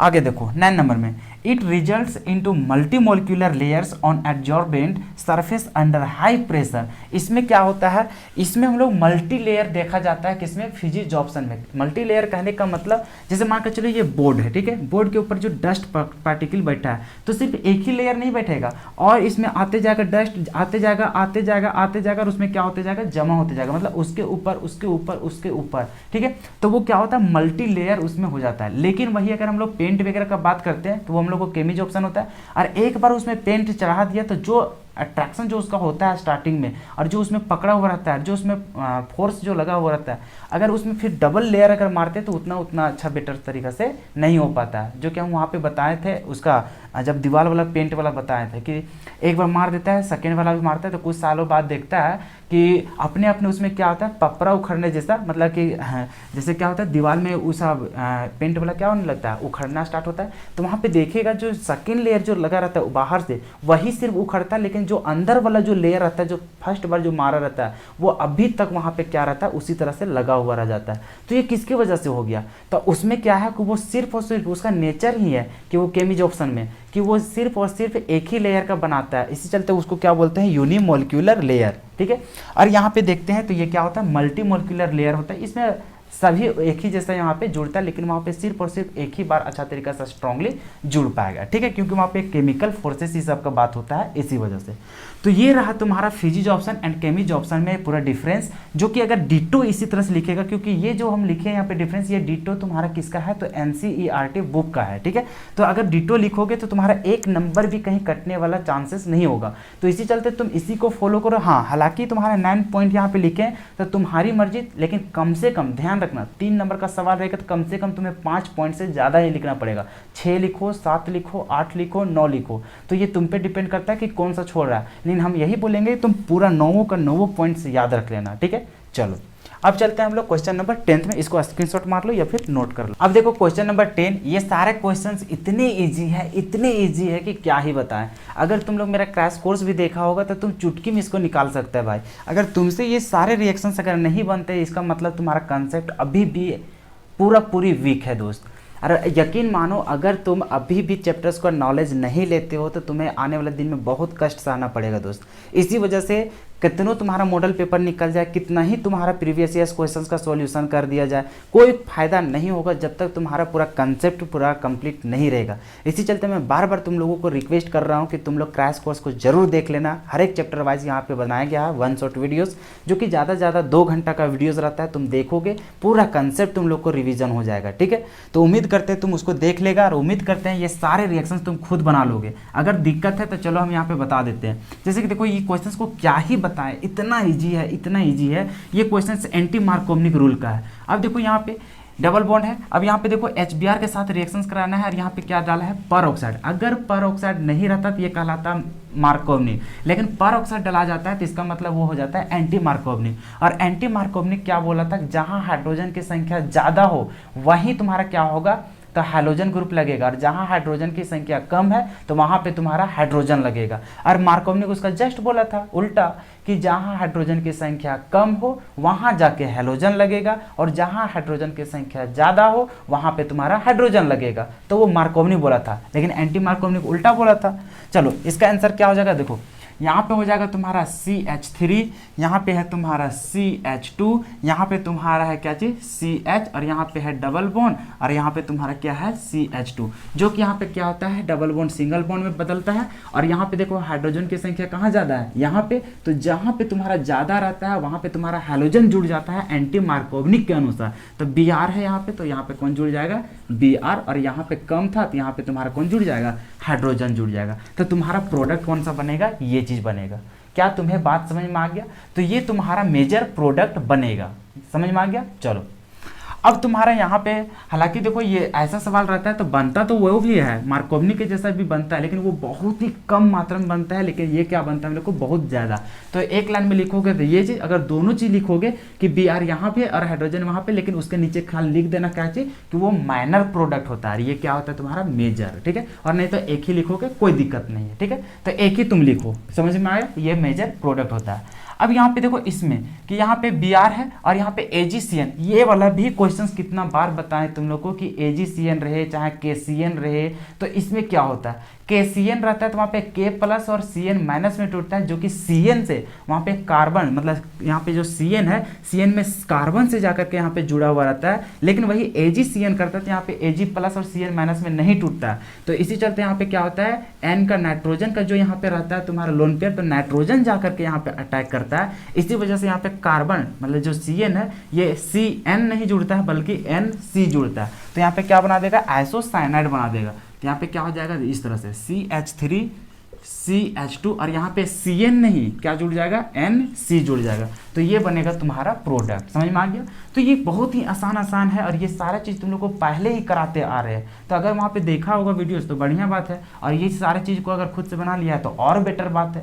और अगर अभी भी प्रॉब्लम है दोस्त तो तुम, इसी में तुम्हारा भलाई है कि तुम सारा चीज़ को फॉलो करो, अभी भी तुम्हारे पास 2 महीने का समय है, बहुत सुधारा जा सकता है, ठीक है। चलो अब यहाँ पे देखो कंप्लीट द रिएक्शंस, इसमें भी देखो 11 नंबर में यहाँ पे देख रहे हैं अल्कोहल है, और यहाँ पे PCl3 तुम लोग को बताया था PCl3 रहे, PCl5 रहे, SOCl2 रहे, अगर उसको यूज कर दिया कोई भी अल्कोहल में तो क्या करता है, OH को हटा देता है और वहाँ पे कौन लग जाता है, Cl लग जाता है। तो अभी क्या है तुम्हारा PCl3, तो यहाँ पे क्या प्रोडक्ट बनेगा, यहाँ पे देखो CH3 है, यहाँ पे क्या है CH2, और OH को हटा दो और यहाँ पे क्या लिख दो Cl, और इसका साइड प्रोडक्ट क्या क्या निकल जाएगा।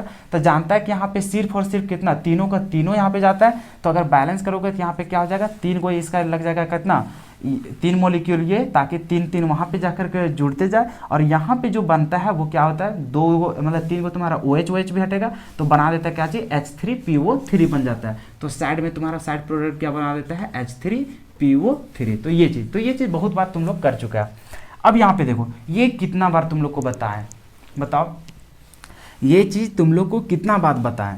तो ये हम लोग देखता था इलेक्ट्रोफिलिक सब्स्टिट्यूशन रिएक्शंस में, तो वहाँ पे तुम लोग क्या जानता था कि यहाँ पे HNO3 इस सब के अगर हम लोग यहाँ पे रिएक्शंस कराते थे और यहाँ पे कंसनट्रेटेड H2SO4 के साथ, तो यहाँ पे क्या होता है, तो नाइट्रो वहाँ पे जाकर जुड़ जाता है, मतलब NO2, इसी को तो हम लोग बोलते थे नाइट्रेशन। क्या बोलते थे हम लोग? नाइट्रेशन। तो नाइट्रेशन करते थे तो HNO3 है, यहाँ से NO2 माइनस जाकर के वहाँ पे अटैक करेगा, मतलब कि NO2 प्लस जाकर के यहाँ पे अटैक करेगा। ठीक है, तो ये हम लोग को क्या होगा, सो सबसे पहले देखो यहाँ पे देखो हम लोग को बेंजीन है, क्या है हम लोग को? बेंजीन। ऊपर हम लोग को क्या है? OH। और हम लोग जानते हैं कि यहाँ पे जो हम लोग इलेक्ट्रोफिलिक सब्स्टिट्यूशन रिएक्शन जो भी होता है ये कहाँ जाकर के अटैक करता है? यहाँ पे ऑर्थो और पारा पोजीशन में। तो ये सारा चीज़ तुम लोग को फिनॉल वाला चैप्टर्स में पढ़ा चुके हैं। ठीक है, तो यहाँ पे कहाँ जुड़ेगा? यहाँ पर भी तुम्हारा NO2 जुड़ जाएगा और प्लस में यहाँ पर भी तुम्हारा प्रोडक्ट बनेगा, मतलब कहाँ पे? तो तुम्हारा पारा पोजीशन में तुम्हारा जुड़ेगा यहाँ पे NO2, जो कि ये दोनों में बताया था कि ये जो प्रोडक्ट बनता है वो हम लोग को माइनर बनता है और ये जो बनता है वो हम लोग को कैसा बनता है? मेजर बनता है। ठीक है, तो ये हम लोग को मोस्ट स्टेबल प्रोडक्ट बनता है। तो ये रहा है इसका रिएक्शन। बताओ कोई भी डिफिकल्ट था इसमें? कुछ नहीं। अगर तुम्हारे चैप्टर्स का नॉलेज है पहले से, तुम इसको रिवीजन कर रखा है, तो तुम ये सारे चीज़ बहुत ही ईजी तरीका से इसको कवर कर सकता है। चलो अब हम लोग चलते हैं नेक्स्ट क्वेश्चन में, तब तक इसको स्क्रीनशॉट ले लो और इसको नोट करो। अब देखो क्वेश्चन नंबर 12 क्या बोलता है? Right 3 differences between DNA and RNA। ये बहुत महत्वपूर्ण सवाल है जो कि बोर्ड एग्जाम में हमेशा पूछते आया है और पूछेगा ही पूछेगा। ठीक है, तो ये क्या होता है? देखो DNA और RNA भी के बीच में यहाँ पे 3 ही डिफरेंस को लिखने के लिए बोला था, लेकिन हम यहाँ पे 6 लिखवा दे रहे हैं। 6 में से किसी को 3 को लिख लेना। ठीक है, चलो जैसे सबसे पहले फर्स्ट पॉइंट में दे दिए हैं कि DNA का फुल फॉर्म क्या होता है, तो डीऑक्सी राइबोज न्यूक्लिक एसिड होता है और RNA का क्या होता है? Ribose nucleic acid. इतना तो हो जाएगा। चलो सेकंड में, अब देखो DNA में जो शुगर प्रेजेंट होता है वो कौन सा प्रेजेंट होता है? तो 2-डीऑक्सी राइबोज होता है। कौन सा पाया जाता है? 2-डीऑक्सी राइबोज। ये देखो ये जो पॉइंट है ये इंपॉर्टेंट है। क्या चीज़ है? ये हम लोग को इसमें स्टार लगा देते हैं, क्योंकि ये क्या होता है ना, ऑब्जेक्टिव क्वेश्चंस में तुम्हारा पूछा जाता है कि DNA में कौन सा शुगर पाया जाता है, तो तुम्हें याद रखना पड़ेगा कौन सा होता है। तो 2-डीऑक्सी राइबोज वहाँ पे पाया जाता है। ठीक है, उसी तरह से अगर तुम्हें RNA की बात करें तो RNA में कौन सा शुगर पाया जाता है? तो उसमें जो शुगर पाया जाता है वो पाया जाता है राइबोज। क्या पाया जाता है? राइबोज। RNA में राइबोज और DNA में 2-डीऑक्सी राइबोज। ये चीज़ देखो ये बहुत महत्वपूर्ण है। ठीक है ना, ये भी पूछता है राइबोज वाला। चलो तो इसमें स्टार लगा देना, क्योंकि ये हम लोग को बहुत महत्वपूर्ण सवाल होता है। अब देखो तीसरा पॉइंट क्या है, इसमें जो बेस पाया जाता है DNA में जो बेस वो कौन कौन सा पाया जाता है और तुम्हारा RNA में जो बेस पाया जाता है वो कौन कौन सा है। तो इसको शॉर्ट फॉर्म में हम लोग याद करते हैं। जैसे यहाँ पे DNA का जो याद करते हैं वो हम लोग बात करते हैं ATGC। क्या चीज बात करते हैं? ATGC। और इसका बात करते हैं AUGC।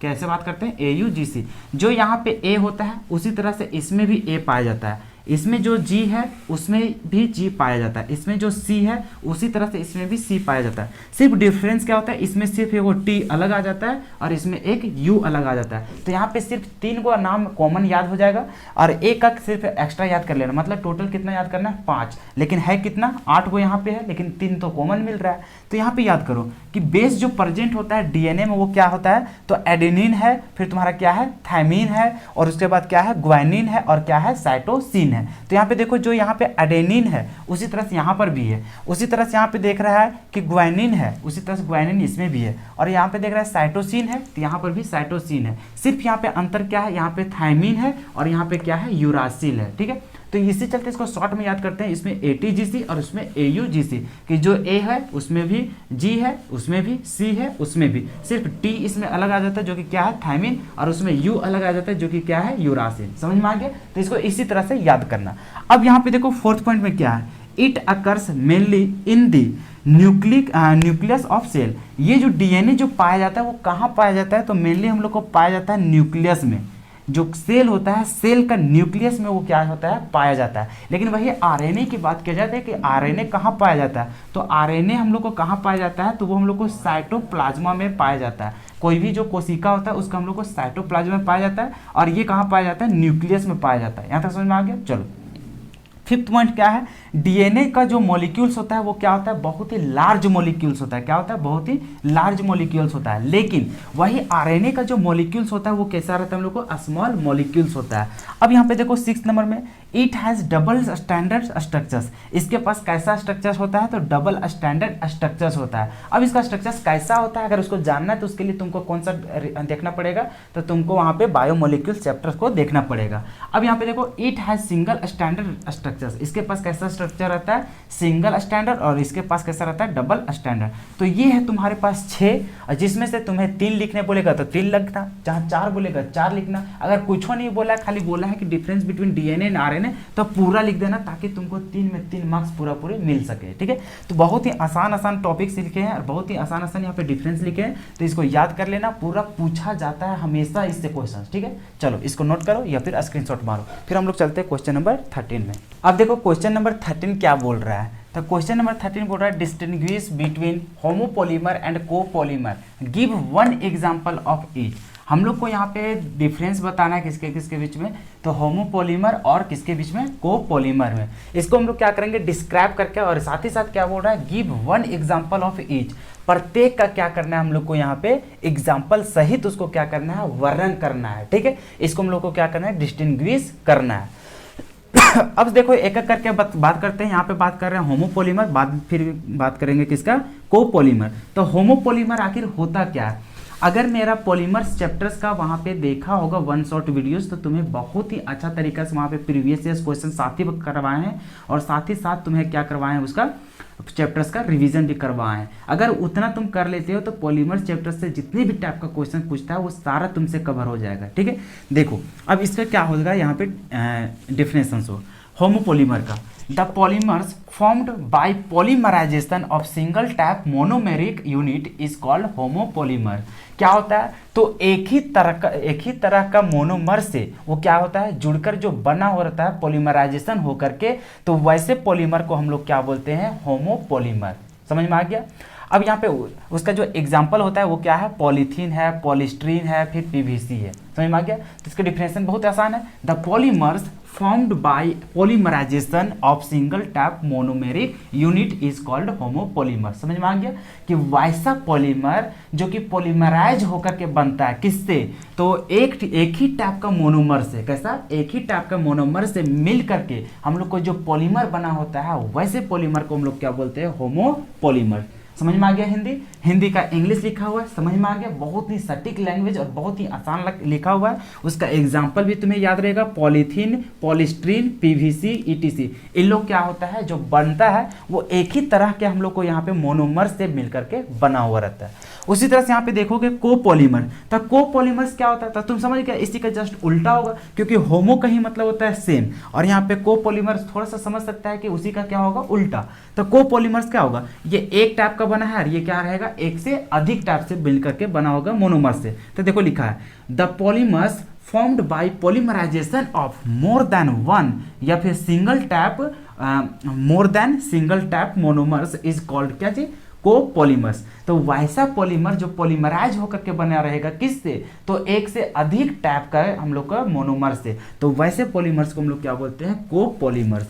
समझ में आ गया। यहाँ पे उसका एग्जाम्पल याद कर लेना, ये सब तुमको रटना होगा। इसका एग्जाम्पल तुमको क्या करना है, रटना। 3 चैप्टर है जिसको तुम्हें रटना पड़ेगा, जिसमें से दो सबसे ज्यादा कौन सा, तुम्हारा पॉलीमर्स चैप्टर, और दूसरा क्या है तुम्हारा केमिस्ट्री इन एवरीडे लाइफ। क्योंकि डेफिनेशन सबको याद रहता है, लेकिन तुम एग्जाम्पल नहीं लिख पाओगे उसका। और एग्जाम्पल लिखोगे कब, जब तक तुम उसको रटोगे नहीं। देखो हर एक चीज में बोलते हैं समझने के लिए, लेकिन जहां रटने वाला चीज है भैया, उसको बिना रटे हुए तुम समझ ही नहीं पाओगे, क्योंकि एग्जाम्पल बिना रटे तुम समझ ही नहीं पाओगे। यहाँ पे समझ में आ गया, क्वेश्चन क्या बोल रहा समझ गया, डेफिनेशन भी उसका लिख लेगा, लेकिन कंफ्यूज हो जाएगा इसका किसका था वहां पे एग्जाम्पल। तो इसी चलते जितने भी यहाँ पे मोनोमर और पॉलीमर तुम लोग के लिए अलग से सेपरेट करके एक चार्ट बना करके बताया गया था वहाँ पे पॉलीमर्स चैप्टर्स में, तो वहाँ पे देखोगे वो वीडियो तो तुम्हें बहुत अच्छा तरीके से समझ में आ जाएगा। समझ में आ गया।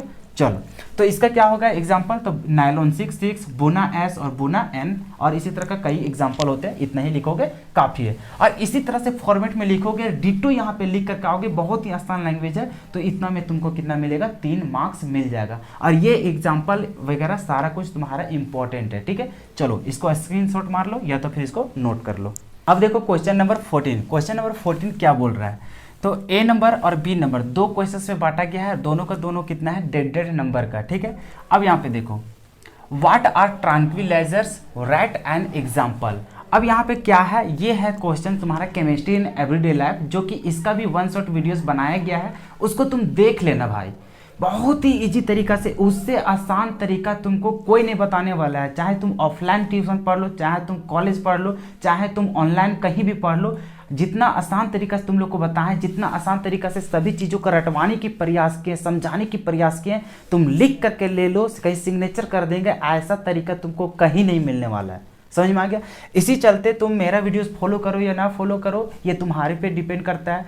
हम तुम्हें कितना हेल्प कर पा रहे हैं या नहीं कर पा रहे हैं, ये तुम समझो, समझ गया? क्योंकि अब तुम उस लायक हो गया है कि तुम खुद ब खुद एनालाइज कर सकोगे कि तुम्हारे बेटर के लिए कौन सा चैनल बेटर है या फिर कौन सा टीचर तुम्हारे लिए बेटर है, ठीक है। तो ये कहने की आवश्यकता नहीं है। तो इसी चलते मैं बोलता हूँ कि अगर भरोसा कर रहे हो मुझ पर तो पूरा 100% तुम भरोसा करो, तुम्हारा रिजल्ट यहाँ पे 100% दिया जाएगा, ठीक है। बस एक जगह कंसंट्रेट होकर पढ़ना तैयारी करो, ठीक है। अब तुम यहाँ भी भटकोगे, दूसरा चैनल में भी भटकोगे और कहीं भटकोगे, तो सारा मटेरियल को अगर तुम पढ़ोगे तो तुम खुद कन्फ्यूज हो जाओगे। किसी एक टीचर पे तुम भरोसा करो, चाहे मुझ पर चाहे किसी और पे। हम ये नहीं बोल रहे कि तुम मुझी पर हम ही पर तुम यहाँ पे भरोसा करो और हम ही पर के मेरे अनुसार ही तुम चलो, ठीक है। लेकिन अगर कर रहे हो, लेकिन कहीं ना कहीं तुम्हें एक टीचर पे भरोसा करना पड़ेगा, क्योंकि हर एक का कंटेंट अलग अलग होता है, ठीक है। मेरा पढ़ाने का तरीका कुछ अलग है, हम इस तरह से लेकर के चलते हैं कि एक कमज़ोर बच्चा भी अच्छा तरीका से समझ सको। अभी तक जितने भी डिफिनेशन लिखाए हैं, अभी तक क्या तुम्हें लग रहा है कि ऐसा कि ये हमसे नहीं हो पाएगा या हम कोई भी टॉपिक को अच्छा तरीके से नहीं समझ पाए? ऐसा हो ही नहीं सकता हमारे नोट्स में, ठीक है। तो इसी चलते हम सबसे हट के यहाँ पे पढ़ाने की कोशिश करते हैं। हट से हम यहाँ सभी से जितना भी तुम्हारा मटेरियल देखेगा, स्टडी मटेरियल, सभी से अलग मेरा स्टडी मटेरियल मिलेगा तुम लोग को, ठीक है।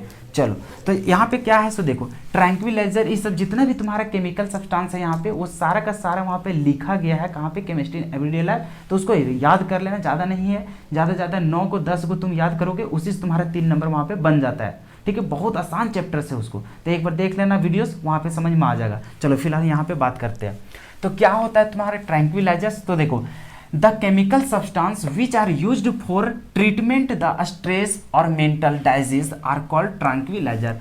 ट्रैंक्विलाइजर जो होता है वो एक केमिकल सब्सटेंस होता है। क्या होता है? एक हम लोग को केमिकल सब्सटेंस होता है जिसका यूज करते हैं क्या करने के लिए? तो ट्रीटमेंट करने के लिए। और किसका ट्रीटमेंट? तो स्ट्रेस या फिर मेंटल, जो बीमार होता है, जो मानसिक तरीका से जो बीमार होते हैं, या फिर जिसका स्ट्रेस होता है, ज़्यादा स्ट्रेस हो जाता है दिमाग में, तो उन लोग को लिए क्या हो जाता है, जो मेडिकल का जो यूज किया जाता है वहाँ पे, जो उन लोग को दवा दिया जाता है, वो दवा का नाम क्या होता है? ट्रैंक्विलाइजर्स। क्या होता है? ट्रैंक्विलाइजर्स। अब उसके अंदर जो टैबलेट्स होता है वो कौन कौन सा होता है? देखो, वर्नोल हो गया, सेकोनोल हो गया, फिर अमाइटल हो गया। तो यहाँ पे 3 एग्जाम्पल दे दिए, पूछा था एक ही एग्जाम्पल, लेकिन तुम लोग को हमेशा 2 या 3 एक आगो एक्स्ट्रा ही हम यहाँ पे एग्जाम्पल बताएंगे, ताकि क्या गारंटी तुम अभी तो याद कर लिया लेकिन एग्जाम के समय में तुम भूल गया तब। इसी चलते तुम 2 या 3 एग्जाम्पल हमेशा याद रखो, ताकि एक ना एक अगर भूल भी जाओगे तो एक तो तुम्हारे पास ऑप्शनल बचेगा। इसी वजह से हम यहाँ पे एक पूछता है, लेकिन हम 2 या 3 आंसर यहाँ पे देते हैं, ताकि तुम उसको याद कर लो, और तुम्हारे भलाई के लिए ही लिखते हैं। कोई दिक्कत यहाँ तक?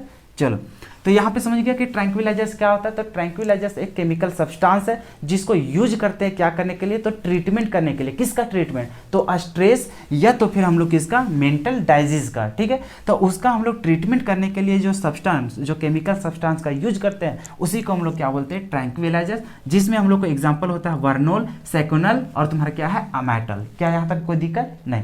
आगे देखो, बी नंबर में जो पूछा था वाट आर एनाल्जेसिक्स और राइट एन एग्जाम्पल। यहाँ पर भी देख रहा है तुम्हारा क्या है? एनाल्जेसिक्स क्या है? तो ये भी एक तरह का केमिकल सब्सटेंस है जिसका यूज करते हैं क्या करने के लिए? जो हम लोग को शरीर वगैरह में जो पेन करता है, दर्द देता है, उससे हम लोग छुटकारा पाने के लिए जो हम लोग केमिकल सब्सटेंस का यूज करते हैं, उसी को हम लोग क्या बोलते हैं? एनाल्जेसिक्स। तो वही चीज लिखा है, देखो, the chemical substance which are used to relief the pain are called analgesics. तो क्या करते हैं हम लोग? जो शरीर बॉडी वॉडी में जो दर्द होता है उसको हम लोग रिलीफ, उससे हम लोग छुटकारा पाने के लिए, रिलीफ का मतलब क्या होता है? तो इसका मतलब होता है छुटकारा। तो जो हम लोग को पेन जो करता है बॉडी में, उससे रिलीफ करने के लिए, उससे हम लोग छुटकारा पाने के लिए जो केमिकल सब्सटेंस का यूज करते हैं, जो दवा का यूज करते हैं, उसको हम लोग क्या बोलते हैं? एनाल्जेसिक्स बोलते हैं, ठीक है। और इसका एग्जाम्पल क्या क्या है? एस्पिरिन है, फिर क्या है? एसिटामिन, क्या चाहिए तुम्हारा?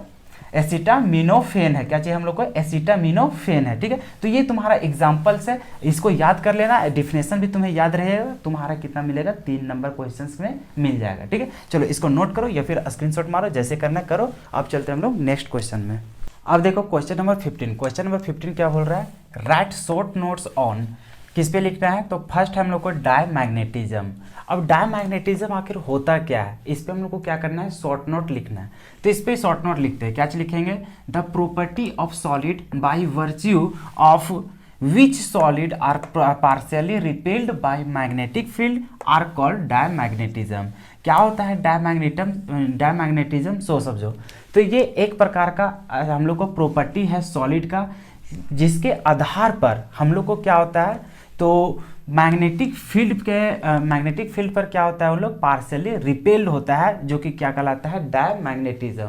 समझ में आ गया कि ठोस पदार्थों का वह गुण जिसके आधार पर ठोस आंशिक रूप से क्या होता है, तो चुंबकीय क्षेत्र द्वारा क्या होता है, पीछे हटा दिया जाता है। मतलब कि मैग्नेटिक फील्ड के आधार पर, मतलब कि क्या होता है, मैग्नेटिक फील्ड के द्वारा क्या हो जाता है, पीछे रिपेल कर दिया जाता है, उल्टा जस्ट हम लोग को क्या हो जाता है, रिपेल कर दिया जाता है।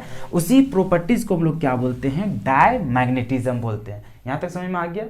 तो और इसके आगे हम लोग कुछ और पॉइंट डाल देते हैं, जैसे कि diamagnetism is shown by those substances in which all the electrons are paired and there are no unpaired electrons. तो जो डायमैग्नेटिज्म जो शो करता है वो कौन सा सब्सटेंस के द्वारा शो करता है, जिसके पास हम लोग को क्या हो, इलेक्ट्रॉन्स हम लोग को पेयर्ड हो, या तो फिर उसके पास किसी तरह का कोई भी हम लोग को अनपेयर्ड इलेक्ट्रॉन ना हो। तो वैसे हम लोग को कंपाउंड क्या करते हैं, शो करते हैं हम लोग को डायमैग्नेटिज्म। जैसे कि उसका एग्जाम्पल है H2O, फिर है तुम्हारा NaCl, या तो फिर तुम्हारा क्या है C6H6, ठीक है। तो ये 3 हम लोग यहाँ पे एग्जांपल पढ़ते हैं, जो कि तुम्हारा क्या होता है, डायमैग्नेटिज्म। तो यहाँ पे हम लोग सिर्फ इतना ही करना है कि ठोस पदार्थ का वह गुण होता है, जो सॉलिड सब्सटेंस होता है उसका वह गुण होता है हम लोग को, जिसके आधार पर हम लोग को क्या होता है, तो ठोस का जो तुम्हारा होता है यहाँ पे सॉलिड, उसको क्या करता है, तो रिपेल कर दिया जाता है मैग्नेटिक फील्ड के द्वारा। तो यही प्रॉपर्टी को हम लोग क्या बोलते हैं, डायमैग्नेटिज्म बोलते हैं, ठीक है। और जो डायमैग्नेटिज्म जो दिखाया जाता है वो किसके द्वारा दिखाया जाता है, तो वैसे सब्सटेंस जिसके पास क्या हो, तो इलेक्ट्रॉन्स पेयर्ड हो, मतलब जोड़ा हो, या तो फिर उसके पास कोई भी एक भी अनपेयर्ड इलेक्ट्रॉन ना हो, तो वैसे सब्सटेंस हम लोग को क्या कराते हैं, तो डायमैग्नेटिज्म शो करते हैं। तो इतना लिखना है, बाकी हम लोग को समाप्त हो जाएगा। फिर हम लोग को आता है पैरामैग्नेटिज्म, तो चलो उसको देखते हैं। अब देखो बी नंबर में क्या पूछा था, पैरामैग्नेटिज्म। तो पैरामैग्नेटिज्म पर हम लोग को शॉर्ट नोट लिखना है। तो इसमें क्या लिखेंगे, the property of solid due to which it is which it is partially attracted towards magnetic field is known as paramagnetism। तो ये क्या है, सॉलिड का वह प्रॉपर्टी है, वह गुण है, जिसके कारण क्या होता है, तो वो पार्शियली अट्रैक्ट होता है किसकी ओर, तो मैग्नेटिक फील्ड की ओर। तो वैसे गुण को हम लोग क्या बोलते हैं, वैसा सॉलिड का गुण का प्रॉपर्टी को हम लोग क्या बोलते हैं, पैरामैग्नेटिज्म बोलते हैं। और ये किसके कारण होता है, सो देखो, तो paramagnetic behaviour of substance is due to presence of unpaired electron. वहां पे क्या होता था, जो इससे पहले पढ़ा था डायमैग्नेटिज्म, तो वहां पे होता था कि उसके पास कोई भी अनपेयर्ड इलेक्ट्रॉन नहीं होता था। इसका मतलब वहां पे सारा का सारा पेयर्ड होता था, इसी वजह से हम लोग को क्या होता था, तो डायमैग्नेटिज्म शो करता था। लेकिन यहाँ पे आप देख रहा है कि पैरामैग्नेटिज्म में क्या होता था, तो यहाँ पे हम लोग किसके वजह से होता है, तो उसमें हम लोग को प्रेजेंट होता है कैसा, तो अनपेयर्ड इलेक्ट्रॉन होता है। इसमें क्या होता है, अनपेयर्ड इलेक्ट्रॉन प्रेजेंस होता है, उसी वजह से हम लोग को क्या शो करता है, पैरामैग्नेटिज्म। जैसे कि एग्जांपल क्या है, O2 है, Cu2+ है, Fe3+ है, Cr3+ है, etc। तो ये सारे इसके एग्जाम्पल है। अब चलो सी नंबर, जो सी नंबर में हम लोग को लिखना है। अब देखो सी नंबर क्या बोल रहा है, फेरोमैग्नेटिज्म। ये फेरोमैग्नेटिज्म पे शॉर्ट नोट लिखना था, वो क्या होता है, देखो, the substances that are strongly attracted by a magnetic field are called ferromagnetic substances। ये क्या होता है, तो वैसा सब्सटेंसेस होता है जो क्या होता है, स्ट्रांगली अट्रैक्टेड होता है किसकी ओर, तो मैग्नेटिक फील्ड की ओर। तो उसी को हम लोग क्या बोलते हैं, फेरोमैग्नेटिक सब्सटेंसेस। और ये जो फेरोमैग्नेटिक जो सब्सटेंसेस होता है, उन लोग क्या होता है, परमानेंटली मैग्नेटाइज हो जाता है। कब, जब हम लोग अगर यदि उसमें हम लोग अब्सेंस भी रह जाता है हम लोग को मैग्नेटिक फील्ड, तब भी उन लोग क्या हो जाता है, तो मैग्नेटाइज हो सकता है। तो इसी प्रोसेस को, इसी मैकेनिज्म को हम लोग क्या बोलते हैं, हैं फेरोमैग्नेटिज्म बोलते हैं। क्या बोलते हैं? फेरोमैग्नेटिज्म। जैसे कि इसका एग्जाम्पल, तो एग्जाम्पल क्या क्या है? आयरन है, कोबाल्ट है, निकेल है, CrO2 है, ETC है। ठीक है, चलो इसको नोट करो और यहाँ पे हो सके तो स्क्रीनशॉट ले लो। ठीक है, अब चलते हैं हम लोग नेक्स्ट क्वेश्चन में, क्वेश्चन नंबर 16। अब देखो क्वेश्चन नंबर 16 क्या बोल रहा है? Right Faraday's law of electrolysis. अब यहाँ पे देखो ये बहुत ही इंपॉर्टेंट टॉपिक्स है और बहुत ही इंपॉर्टेंट क्वेश्चंस है, इससे क्वेश्चंस आना तय रहता है। ठीक है, इससे एक न्यूमेरिकल भी है जो कि पार्ट बी में भी है। ठीक है, अभी देखो पार्ट ए का बात कर रहे हैं, तो right Faraday's law of electrolysis, कि फैराडेज लॉ जो दिया था इलेक्ट्रोलाइसिस का वो आखिर क्या था, उसको हम लोग को डिफाइन करना है। तो ये हम लोग को दो लॉ दिया था, एक फर्स्ट लॉ और दूसरा था सेकेंड लॉ। तो फर्स्ट लॉ में वो क्या बोला था? तो Faraday's first law states that the mass of a substance that is deposited और liberated at an electrode is directly proportional to amount of charge passed. अब यहाँ पे देखो बोला क्या था, जो फैराडेज लॉ बोला था कि कोई भी जो हम लोग इलेक्ट्रोड रहेगा, क्या चीज बोला था? कोई एक इलेक्ट्रोड में हम लोग वहाँ पे कितना वो सब्सटेंस लिबरेट हो रहा है या तो फिर उससे हम लोग को कितना डिपॉजिट हो रहा है, मतलब उस इलेक्ट्रोड में कितना हम लोग को सब्सटेंस जमा हो रहा है या फिर उससे मुक्त हो रहा है, उससे टूट रहा है, तो वो कितना हम लोग को उसका वैल्यू जो होगा, उसका जो मास होगा वो कैसे निकाला जाता है। तो उसको बताया था कि जो उसका मास होगा वो क्या होता है? डायरेक्टली प्रोपोर्शनल होता है कि उसमें कितना हम लोग चार्ज उसमें प्रवाहित कर रहे हैं। क्या बोल रहा था? कितना उसमें चार्ज हम लोग प्रवाहित करते हैं उस इलेक्ट्रोड में, तो उसका क्या होता है? वो डायरेक्टली प्रोपोर्शनल होता है। फिर से समझो, जो फैराडेज फर्स्ट लॉ था वो क्या बताया था कि किसी इलेक्ट्रोड में कितना हम लोग को उसमें कोई सब्सटेंस हम लोग को डिपॉजिट हो रहा है या फिर उसमें कितना हम लोग को लिबरेट हो रहा है। लिबरेट करने का मतलब मुक्त हो रहा है, उससे कितना हम लोग को दूर जा रहा है, उससे टूट रहा है, बिखेर रहा है, या तो फिर उसमें कितना हम लोग को सब्सटेंस जमा हो रहा है। तो उसका मास का वो डायरेक्टली प्रोपोर्शनल होता है किसका? तो हम लोग उसका चार्ज का, किसका? चार्ज का, कि उसमें कितना हम लोग चार्ज दे रहे हैं। अब यहाँ पे देखो, तो ये फैराडेज लॉ के अनुसार कि मास, जो सब्सटेंस का जो मास होगा वो डायरेक्टली प्रोपोर्शनल होगा किसका? तो चार्ज का, कि कितना उसमें चार्ज हम लोग सप्लाई कर रहे हैं। तो हम लोग जानते हैं प्रोपोर्शनैलिटी जब हटता है तो उसके लिए एक कांस्टेंट आता है। तो इसी तरह देखें W is equal to Q, तो पहले से था चार्ज। अब यहाँ पे देखो प्रोपोर्शनैलिटी जैसे हटा तो वहाँ पे आ गया तुम्हारा एक Z। अब Z को हम लोग क्या बोलते हैं? यहाँ पे प्रोपोर्शनैलिटी कांस्टेंट बोल सकते हैं। देखो तो W इज इक्वल टू क्या हो गया? ZQ। अब देखो Q क्या है? तुम्हारा चार्ज। और तुम फिजिक्स में भी पढ़ा होगा कि चार्ज को निकालने का तरीका, कि इलेक्ट्रिक करंट क्या होता था? तो इलेक्ट्रिक करंट होता था कि पर सेकेंड में कितना तुम्हारा क्या होता है? तो चार्ज प्रवाहित होता है, उसी को हम लोग क्या बोलते हैं? Electric current. मतलब कि हम लोग जानते थे कि I इज इक्वल टू क्या होता है? Q/T होता है। ये फिजिक्स में भी पढ़ा है। तो I is equal to Q/T होता है। तो हम लोग बता सकते हैं कि Q इज इक्वल टू क्या हो जाएगा? ये इधर जाकर मल्टीप्लाई हो जाएगा तो I/T हो जाएगा। तो उसी तरह से यहाँ पे Q के जगह में क्या लिख दिए? तो I/T लिख दिए। यहाँ तो कोई दिक्कत तो नहीं होना चाहिए। चलो अब देखो यहाँ पे W is equal to ZIT, क्योंकि ये वाला इसीलिए तोड़े क्योंकि हम लोग को चार्ज नहीं दिया रहेगा, हम लोग को दिया रहेगा कि कितना इलेक्ट्रिक करंट वहाँ पे पास हो रहा है और इतना समय तक। अभी इससे न्यूमेरिकल बनाएंगे तो तुमको ज़्यादा समझ में आएगा। ठीक है, तो अभी समझ गया कि कोई भी वहाँ पे कितना डिपॉजिट हो रहा है या फिर कितना उसमें लिबरेट हो रहा है, तो उसका मास हम लोग कैसे निकाल पाएंगे? तो उसका मास निकालने के लिए फैराडेज फर्स्ट लॉ दिया था, वो बताया था कि उसमें जितना भी मास, कितना उसमें टूट रहा है या फिर कितना उसमें जमा हुआ है, तो उसको निकालना है। तो उसमें एक बताया था कि उसका डायरेक्टली प्रोपोर्शनल होता है कितना? जितना उसमें चार्ज हम लोग सप्लाई करेंगे। तो अब वहाँ पे प्रोपोर्शनैलिटी हटाए तो यहाँ पे कांस्टेंट मिला। अब यहाँ पे हम लोग जो यहाँ पे चार्ज है, कभी हम लोग को चार्ज नहीं पता रहता है कि उसमें कितना कूलम चार्ज प्रवाहित किया जा रहा है या नहीं किया जा रहा है।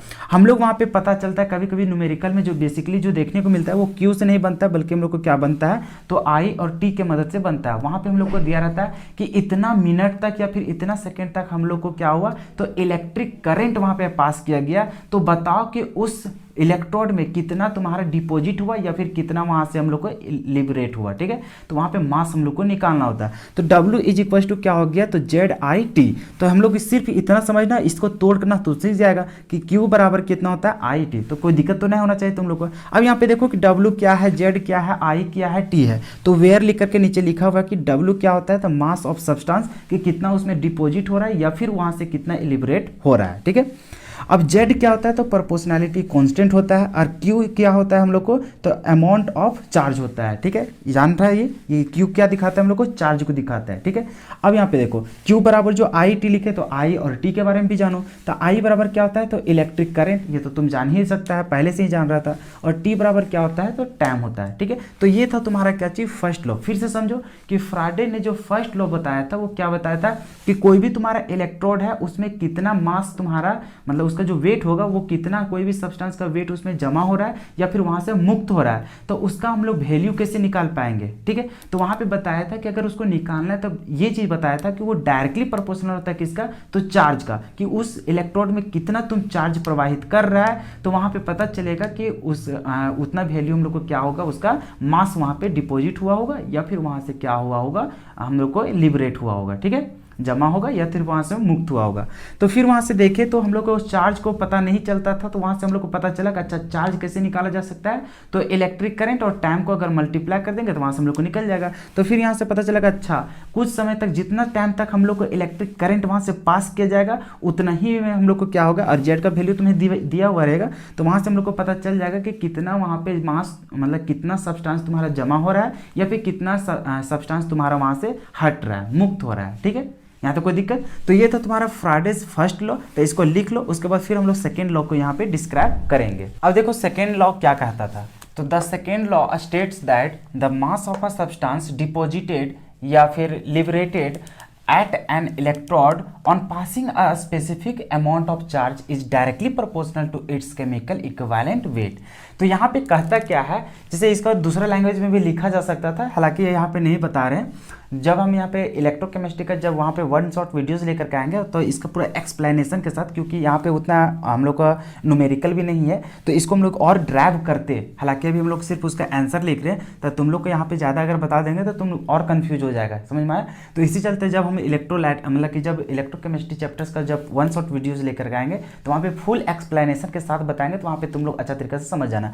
हालांकि यहाँ पे सिर्फ जितना क्वेश्चंस बोला था उसी का सिर्फ आंसर लिख रहे हैं। ठीक है, बाकी यहाँ पे और भी इसमें डिस्क्राइब करेंगे जो कि अभी पॉसिबल नहीं है, उसको हम वहाँ पे चैप्टर्स पे कर देंगे। ठीक है, कैसे इसका डेरिवेशन पूरा इक्वल होता है, जैसे कभी बताएंगे कि उसका वेट है से उसका इक्विवेलेंट वेट के बराबर हो जाता है, तो इस तरह से वहाँ पे रेशियो के इक्वल होता है, तो ये चीज़ बताएंगे। तो तुम्हें अभी उतना अच्छा तरीका समझ में नहीं आएगा, तो उसको समझने के लिए पूरा डिराइव करना पड़ेगा कि आखिर जैसे यहाँ पे बोल रहे हैं कि जो उसका वेट होगा वो डायरेक्टली प्रोपोर्शनल हो जा रहा है उसका इक्विवेलेंट वेट का, तो इक्विवेलेंट वेट का डायरेक्टली प्रोपोर्शनल होगा। अभी इससे पहले पढ़ के आए हैं कि वेट जो होता है सब्सटेंस का वो डायरेक्टली प्रोपोर्शनल होगा किसका, तो जितना इलेक्ट्रिक चार्ज वहां पे सप्लाई होगा उसका, तो वहां अलग यहाँ अलग, आखिर मामला क्या है। फिर उसके अगर थ्रू चलेंगे तो ये चीज़ हम लोग प्रूव कैसे करेंगे, तो ये चीज़ कैसे करेंगे, तो उसके लिए हम लोग डेरिवेशन करेंगे और उसी के माध्यम से हम लोग बहुत सारे न्यूमेरिकल सॉल्व करेंगे, जो कि यहाँ पे हम लोग को पॉसिबल नहीं है उसको बताना। तो जब हम लोग चैप्टर्स को पढ़ेंगे उस समय पूरा ड्राइव करेंगे और बड़ा बड़ा न्यूमेरिकल, जैसे अभी है कि इसके साथ एक न्यूमेरिकल है जो बहुत छोटा बनेगा। अगर हम लोग को 5 नंबर का एक डायरेक्टली अगर क्वेश्चन आ जाता है फ्राडेज लॉ से, तो वो थोड़ा 5 नंबर का अगर एक ही क्वेश्चन रहेगा तो वो थोड़ा घुमाएगा और वो थोड़ा हैवी क्वेश्चन रहेगा, तो उसको कैसे डील करेंगे उसके लिए हम लोग ड्राइव करेंगे, जो कि अभी पॉसिबल नहीं है। उसको हम लोग इलेक्ट्रोकेमिस्ट्री चैप्टर्स में पढ़ेंगे, या तो फिर अगला जब मॉडल पेपर आएगा तो उसमें अगर उस तरह का क्वेश्चन रहेगा तो वहाँ पर फिर से एक्सप्लेन कर दिया जाएगा। ठीक है, तो फिलहाल अभी जितना हम लोग को क्वेश्चन पूछा गया था उसी का सिर्फ जवाब लिख रहे हैं, समझ में आ गया। कराने का तो यहाँ पे करा सकते थे, लेकिन अभी ज़्यादा तुम लोग कन्फ्यूज ना हो। ठीक है, चलो, तो यहाँ पे हम लोग को समझ में आ गया कि जो सेकेंड लॉ है, यहाँ पे ये बोला था ना ये कि अगर डिफरेंट अगर हम लोग इलेक्ट्रोलाइटिक सेल अगर लेंगे तो उसमें अगर हम लोग सेम अमाउंट में अगर चार्ज को हम लोग प्रवाहित करते हैं, सेम अमाउंट में चार्ज अगर यहाँ पे प्रवाहित करते हैं, तो उसमें उन लोग में तो हम लोग को अलग अलग वहाँ पे अमाउंट में उसका मास क्या होगा, अलग अलग वहाँ पे डिपॉजिट होगा या तो फिर वहाँ पे हम लोग को लिबरेट होगा। तो उसका हम लोग कैसे निकालेंगे, तो उन लोग के मन में जो फ्राइडे था उसके दिमाग में चला क्या चाहिए, इक्विवेलेंट वेट का कहानी। तो इक्विवेलेंट वेट क्या होता है, तो हर एक रिएक्शन में हम लोग को क्या हो रहा था, सेम हो रहा था। तो इसी वजह से वो क्या किया, तो उसमें पूरा अपना प्रैक्टिकल करते रहा, तो उसमें पता चला कि अच्छा अगर हम लोग वहाँ पे पता करना चाहे कि उसमें कितना मास डिपॉजिट हुआ, तो उसको निकालने के लिए हम लोग को क्या होगा कि उसी का इक्विवेलेंट मास का अगर रेशियो निकाल लेंगे तो उसके हम लोग निकल जाता है। तो उस हिसाब से पता किया कि अच्छा उसका जो मास होगा वो डायरेक्टली प्रोपोर्शनल किसका होता है, तो उसका इक्विवेलेंट वेट का। ठीक है, तो इसी चलते जैसे मान के चलो 2 इलेक्ट्रोलाइटिक सेल लिए, तो जिसमें हम लोग को जो उसका सब्सटेंस का जो वेट होगा वो मान के चलो एक में W1 है और दूसरा वाला सेल में कितना है W2 है। तो उस कंडीशन में अगर इसका हम लोग पता करना चाहे मान के चलो दूसरा सेल में कि उसका वेट कितना होगा दोनों में, तो उसको हम लोग कैसे निकालेंगे, तो वो दोनों जो भी सब्सटेंस रहेगा उसका हम लोग क्या कर दो इक्विवेलेंट वेट निकालो और उसका रेशियो निकालेगा, तो उसी का रेशियो और इसका रेशियो दोनों का क्या हो जाएगा इक्वल हो जाएगा। समझ में आ गया? तो वहां से पता चलता है कि अच्छा इतना अमाउंट में उसका क्या हुआ डिपॉजिट हुआ या तो फिर लिबरेट हुआ। तो यहाँ पे समझ में आ गया कि W1 and W2 are the mass of the substances are क्या है हम लोग को E1 एंड E2 क्या चाहिए हम लोग को है देयर इक्विवेलेंट वेट है। क्या हम लोग को बोल रहा है कि यहाँ पे जो W1 और W2 है वो हम लोग को मास है सब्सटेंस का, और E1 और E2 क्या है उसका इक्विवेलेंट वेट है। जैसे कि जो भी सब्सटेंस W होगा, मतलब कि 1 में तुम्हारा कोई भी सब्सटेंस मान के चलो कॉपर है, तो कॉपर का ही E1 क्या है तुम्हारा इक्विवेलेंट मास है। अगर मान के चलो यहाँ पे तुम्हारा कुछ और है निकेल वगैरह है, तो उसी का हम लोग को क्या होगा यहाँ पे इक्विवेलेंट वेट होगा। तो उन लोग को जब रेशियो करते हैं और उसका रेशियो करते हैं तो इक्वल हो जाता है। ठीक है, तो इस तरह से हम लोग क्या कर सकते हैं, तो मास को निकाल सकते हैं कितना वहाँ पे डिपॉजिट हुआ है या फिर कितना वहाँ पे हम लोग को लिबरेट हुआ है। ठीक है, तो ये रहा तुम्हारा क्या चीज फ्राडेस लॉ। हालांकि इससे हम लोग न्यूमेरिकल और भी बनाएंगे, हालांकि इसका जो न्यूमेरिकल दिया है वो बहुत छोटा दिया है, तो बड़ा बड़ा अगर न्यूमेरिकल देगा इससे जो कोई एकलौता अगर 5 नंबर का आएगा तो वो बहुत थोड़ा सा डिफिकल्ट कर देगा। तो उसको कैसे अटेम्प्ट करेंगे उसके लिए तुम लोग को फिर से बता देंगे, चैप्टर्स में बता देंगे, या तो फिर अगला जब मॉडल पेपर आएगा अगर इस तरह का क्वेश्चन आए तो उसमें तुम लोग को सॉल्यूशन करा देंगे। ठीक है, लेकिन पक्का तुम लोग को वहाँ पे करा ही देंगे चैप्टर्स को जब वहाँ पे रिविजन करेंगे उस समय। तो ये करना था तुम्हारा A नंबर पार्ट में। ठीक है, अब चलते हैं हम लोग इसका B पार्ट में, जो B पार्ट में तुम्हारा न्यूमेरिकल दिया उसका सॉल्यूशन करते हैं। अब देखो उसका जो B पार्ट था वो इसमें हम लोग को न्यूमेरिकल दिया हुआ है। ठीक है, अब यहाँ पे ये भी फ्राडेस लॉ से ही हम लोग को बनेगा। अब यहाँ पे थोड़ा सा सिर्फ ध्यान देना है, पहले ही तुम लोग को बताया कि उसका जो डेरिवेशन है उसको हम लोग प्रूफ करेंगे, अभी नहीं, जब हम लोग इलेक्ट्रोकेमिस्ट्री पढ़ेंगे उस समय तुम लोग को पूरा प्रूफ के साथ बताया जाएगा। ठीक है, अभी फिलहाल जितना हम बताते जा रहे हैं उतना सिर्फ तुम लोग समझने की कोशिश करना है। ठीक है, चलो अब यहाँ पे देखो क्वेश्चंस क्या बोल रहा है। 2 ampere electric current is passed through aqueous solution of copper chloride जिसका फॉर्मूला है CuCl2 for 30 minutes, what amount of copper Cu will deposit at cathode. अब यहाँ पे बोल रहा है कि डिपॉजिट हो रहा है कहाँ पे, कैथोड पे। कैथोड पे वो लोग क्या हो रहा है, जमा हो रहा है। ठीक है, इसका मतलब कॉपर पे जमा होना, इसका मतलब क्या हो रहा है, रिडक्शन हो रहा है। अगर ऑक्सीडेशन होता है इसका मतलब वो टूट के नीचे गिरता, तभी तो मान के चलो वहाँ पे कॉपर आता टूटता तो कॉपर से कॉपर 2+ पे जाता, लेकिन वहाँ पे क्या हो रहा है, जमा हो रहा है। जमा कब होगा, जब वहाँ पे रिडक्शन होगा, मतलब कॉपर 2+ से कहाँ जाएगा वो, तो कॉपर में जाएगा। तो इसका अगर रिएक्शंस की बात भी तुम करेगा तो तुम यहाँ पे क्या करेगा, तो कॉपर 2+ से तुम कहाँ जाएगा, तो कॉपर 2+ से तुम जाएगा तो यहाँ पे किसमें, कॉपर पे। तो यहाँ पे पहुंचने के लिए तुमको क्या करना पड़ेगा, तो यहाँ पे 2 इलेक्ट्रॉन यहाँ पे देना पड़ेगा, तब तुम क्या करेगा वहाँ पे जाकर के डायरेक्टली कॉपर वहाँ पे बन सकेगा। ठीक है, तो ये तुम्हारा रिएक्शन होगा। क्यों होगा, क्योंकि यहाँ पे डिपॉजिट बोल रहा है और तुम्हें खुद ब खुद सोचना पड़ेगा, क्योंकि देखो मुझे इसी चलते हम वहाँ पे एक्सप्लेन नहीं कर रहे थे, क्योंकि मुझे ये पता नहीं है कि तुम इसको जानता है या नहीं जानता है, क्योंकि मैंने पहले भी तुम लोग को नहीं पढ़ा रखा है इलेक्ट्रोकेमिस्ट्री। इसी चलते मैं कंफर्म नहीं हूँ कि आप किस मीडियम से हैं और मतलब कि कितना आपको आता है सो। ठीक है, तो इसी चलते मैं यहाँ पे उतना एक्सप्लेन नहीं कर रहा हूँ। जब हम यहाँ पे इलेक्ट्रोकेमिस्ट्री पढ़ा देंगे उस समय तुम लोग को खूब ज़्यादा एक्सप्लेनेशन के साथ बताएंगे, क्योंकि उस समय तुम लोग को बेसिक से लेकर के पूरा एडवांस तक की बताएंगे, तो तुम लोग को ज़्यादा नॉलेज वहाँ पे मिल पाएगा। तो अभी हम कंफ्यूज है खुद कि तुम लोग यहाँ पे कितना हद तक समझ पाएगा या अब नहीं समझ पाएगा, तो इसी चलते उतना अंदर तक हम यहाँ पे बताने की प्रयास नहीं कर रहे हैं। अरे नहीं तो जो भी तुम लोग समझ रहे हैं वो भी तुम लोग भूल जाएगा। इसी चलते जितना हम बता रहे हैं उतना थोड़ा थोड़ा सिर्फ ध्यान में रखने की प्रयास करना। ठीक है, चलो ये इतना तो समझ में आ जाता है ना कि इलेक्ट्रोकेमिस्ट्री कभी ना कभी तुम लोग पढ़ा होगा ना, तो वहाँ पे ऑक्सीडेशन रिडक्शन ये सब तो थोड़ा थोड़ा समझ में आ ही रहा होगा। तो यहाँ पे जब इलेक्ट्रोलाइटिक सेल में बात कर रहे हैं कि वहाँ पे अगर हम लोग कैथोड में जाकर के वो डिपोजिट हो रहा है, इसका मतलब क्या समझ रहा है कि वहाँ पे रिडक्शन हो रहा है। जमा होना मतलब कब हो सकता है, रिडक्शन होगा तभी, और उसका रिएक्शन अगर करेगा कॉपर का तो इसी तरह से बनाएगा। अब यहाँ पे देखो, अब हम लोग को क्या है दिया हुआ है गिवन डेटा, वो हम लोग को क्या क्या है सो देखो यहाँ पे। अब हम लोग को यहाँ पे दिया है एम्पियर इलेक्ट्रिक करंट। अब कितना दिया है, 2 एम्पियर। तो इसका मतलब यहाँ पे इलेक्ट्रिक करंट जो दिया है आई कितना दिया हम लोग को, 2 एम्पियर दिया है। कितना दिया है, 2 एम्पियर। और समय हम लोग को दिया है कितना मिनट तक, तो 30 मिनट। तो मतलब कि यहाँ पे टाइम बराबर बोलेगा तो यहाँ पे कितना है, 30 मिनट। और इसको अगर सेकेंड में बदलेगा तो तुम्हारा क्या होगा, 60 से मल्टीप्लाई करने का पड़ेगा, मतलब कितना हो जाएगा 1800 कितना हो जाएगा यहाँ पे सेकेंड हो जाएगा, कितना हो जाएगा 1800 सेकेंड, इतना हो गया।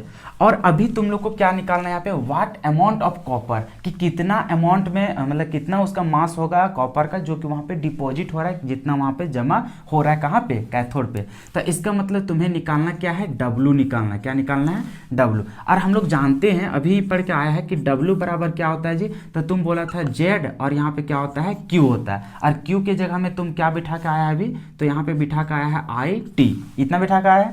अब देखो ये जो Z है फ्राडे ने वहाँ पे बताया है कि Z जो है, Z बराबर हम लोग को पता चल चुका है पहले से ही, वहाँ पे बता दिया है कि Z बराबर जो होता है वो होता है हम लोग को इक्विवेलेंट मास, और नीचे हम लोग को क्या होता है उसका फ्राडेज का, जो फ्राइडे का यहाँ पे वैल्यू होता है कितना होता है 96,500 होता है, तो उसके इक्वल। और जो 96,500 जो यहाँ पे फ्राइडे का जो वैल्यू होता है वो कितना के लिए होता है, तो 1 मोल इलेक्ट्रॉन के लिए होता है, कितना होता है 1 मोल इलेक्ट्रॉन का वैल्यू होता है यहाँ पे, ठीक है, कि 1 मोल इलेक्ट्रॉन जब वहाँ पे डिपॉजिट होगा तो ये सब हम लोग देखते हैं। तो 1 मोल के लिए फ्राइडे का लॉग मतलब कि इसका जो वैल्यू होता है वो कितना होता है, तो 96,500 इसका वैल्यू होता है, ठीक है। ये जेड आखिर क्या है, तो जेड जो यहाँ पे हम लोग कांस्टेंट लेकर के चला था, जेड का भी वैल्यू दिया गया है कि E/F होता है। E क्या है तुम्हारा इक्विवेलेंट मास होता है, और यहाँ मतलब इक्विवेलेंट मास, और नीचे क्या होता है V मतलब कि तुम्हारा F होता है तुम्हारा फ्राडे, और फ्राडे का वैल्यू जो होता है वो कितना होता है 96,500। लेकिन ये होता है ये कितना के लिए होता है,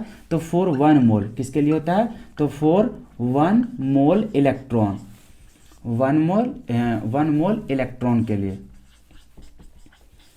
ठीक है। जब 1 मोल इलेक्ट्रॉन्स का वहाँ पे होता है ट्रांसफर होता है चार्ज वगैरह, तो उस समय का हम लोग को जो फ्राडे का जो वैल्यू होता है वो कितना होता है 96,500। लेकिन अभी देख रहा है कि कॉपर 2 प्लस से कॉपर में जाएगा, तो इस समय देखो तुम्हारा कितना मोल इलेक्ट्रॉन है, 1 मोल की 2 मोल, तो 2 मोल है, तो 2 मोल है, तो यहाँ पे फ्राडे का वैल्यू 96,500 नहीं होकर के वहाँ पे कितना हो जाएगा, उससे 2 से मल्टीप्लाई हो जाएगा। क्यों, क्योंकि यहाँ पे जो 96,500 वैल्यू मतलब कि यहाँ जो फ्राडे का जो वैल्यू है वो सिर्फ और सिर्फ 1 मोल के लिए डिफाइन था, तो 1 मोल में इतना होता था। अगर 2 मोल हो जाता है तो 2 मोल के लिए इलेक्ट्रॉन के लिए कितना हो जाएगा, उसका जस्ट डबल हो जाएगा। और नहीं तो देखो इस तरह से भी तुम समझ सकता है, यहाँ पे देखो जब यहाँ पे Z हो जाएगा, Z और E इक्विवेलेंट मास का फॉर्मूला क्या होता है, तो तुम जानते हो ऊपर उसका मोलिक्यूलर मास होता है, क्या होता है उसका मोलिक्यूलर मास, और नीचे क्या हो जाता है x क्या है तुम्हारा, तो तुम जानता है वहाँ पे बेसिसिटी, एसिडिटी जो बोलो चाहे आयंस बोलो, वैलेंसी जो होता था इसका, ठीक है। अब यहाँ पे ये हो गया, और यहाँ पे इनटू तुम्हारा क्या होगा फ्राडे। अब ये तुम्हारा क्या बता रहा है 1 मोल के लिए, कितना बता रहा है 1 मोल के लिए। अब वैसे भी देखो मोलिक्यूलर मास जो कॉपर का होगा 100, और यहाँ पे इसका वैलेंसी कितना हो जाएगा, देखो यहाँ पे 2 प्लस है, तो 2 प्लस है भैया, तो यहाँ पे कितना हो जाएगा 2, तब भी तुम यहाँ पे 2 से ही मल्टीप्लाई होगा, तो तुम या तो फिर यहाँ पे चार्ज से देखो या फिर इलेक्ट्रॉन का यहाँ पे मोल से देखो, तो दोनों से जाओगे तो एक ही बात होगा। अगर मोल के अनुसार से चलोगे तो फ्राडे डिफाइन होगा, तो यहाँ पे इसको ना देख करके इसी को देखो, वैसे भी देखो ना, जितना यहाँ पे पॉजिटिव होगा उतना ही तो तुम्हारे इलेक्ट्रॉन को यहाँ पे बैलेंस करना पड़ेगा ना। तो इसी वजह से तुम यहाँ करो या फिर यहाँ करो, किसी को भी देख लो, लेकिन अगर रूल्स के अनुसार चलोगे जो डेफिनेशन वहाँ पे डिफाइन किया गया था, तो ये जो फ्राडे का जो वैल्यू है 96,500 वो 1 मोल इलेक्ट्रॉन का, लेकिन यहाँ पे कितना मोल बात कर रहा है 2 मोल, तो इसी चलते यहाँ पे 2 मोल से गुना करना पड़ेगा, ठीक है। पता ही नहीं चलता स्टूडेंट को वो आखिर वह 2 3 कितना से गुना कर रहा है, आखिर वो क्यों किया जा रहा है, ठीक है। तो इसी चलते अभी उतना पॉसिबल नहीं है बताना, और नहीं तो पूरा डीपली तुम लोग को बता ही देते। तो जब हम वहाँ पे इलेक्ट्रोकेमिस्ट्री पढ़ाएंगे तो उस समय तुम लोग को पूरा डीपली पूरा कंसेप्ट के साथ बताते जाएंगे, और पूरा उससे न्यूमेरिकल बताएंगे, तो तुम लोग को और ज़्यादा फील हो सकेगा, ठीक है। तो तब तक वेट करो, तब तक यहाँ पे समझ में आ गया ना, जितना कुछ भी बता रहे हैं यहाँ पे 2 से क्यों मल्टीप्लाई करेंगे ये समझ में आ गया ना। तो हम लोग यहाँ से भी देख सकते हैं, यहाँ से भी, लेकिन जो तुम्हारा वहाँ पे डेफिनेशन जो तैयार किया गया है वो किसके लिए किया गया है, तो 1 मोल इलेक्ट्रॉन, तो हम लोग देखना है यहीं पे, बात तो एक ही हो रहा है, समझ में आ रहा है, फिर भी हम लोग डिफाइन करते हैं यहाँ से, तो बात समझ में आ गया। अब यहाँ पे देखो W हो गया, Z की जगह हम लोग जानते थे कि यहाँ पे क्या होगा इक्विवेलेंट वेट बाई E, जानते हैं जी, E/Z हो जाएगा, और गुने में क्या हो जाएगा IT, ये चीज़ हो जाएगा। अब E भी हम लोग को पता है, ये हम लोग को पता है, नहीं पता है हम लोग को, अरे इक्विवेलेंट मास पता है क्या, नहीं पता है। तो इक्विवेलेंट मास अगर हम लोग को नहीं पता रहता है तो हम लोग को क्या करते हैं यहाँ से, सो सबसे पहले समझने की कोशिश करो।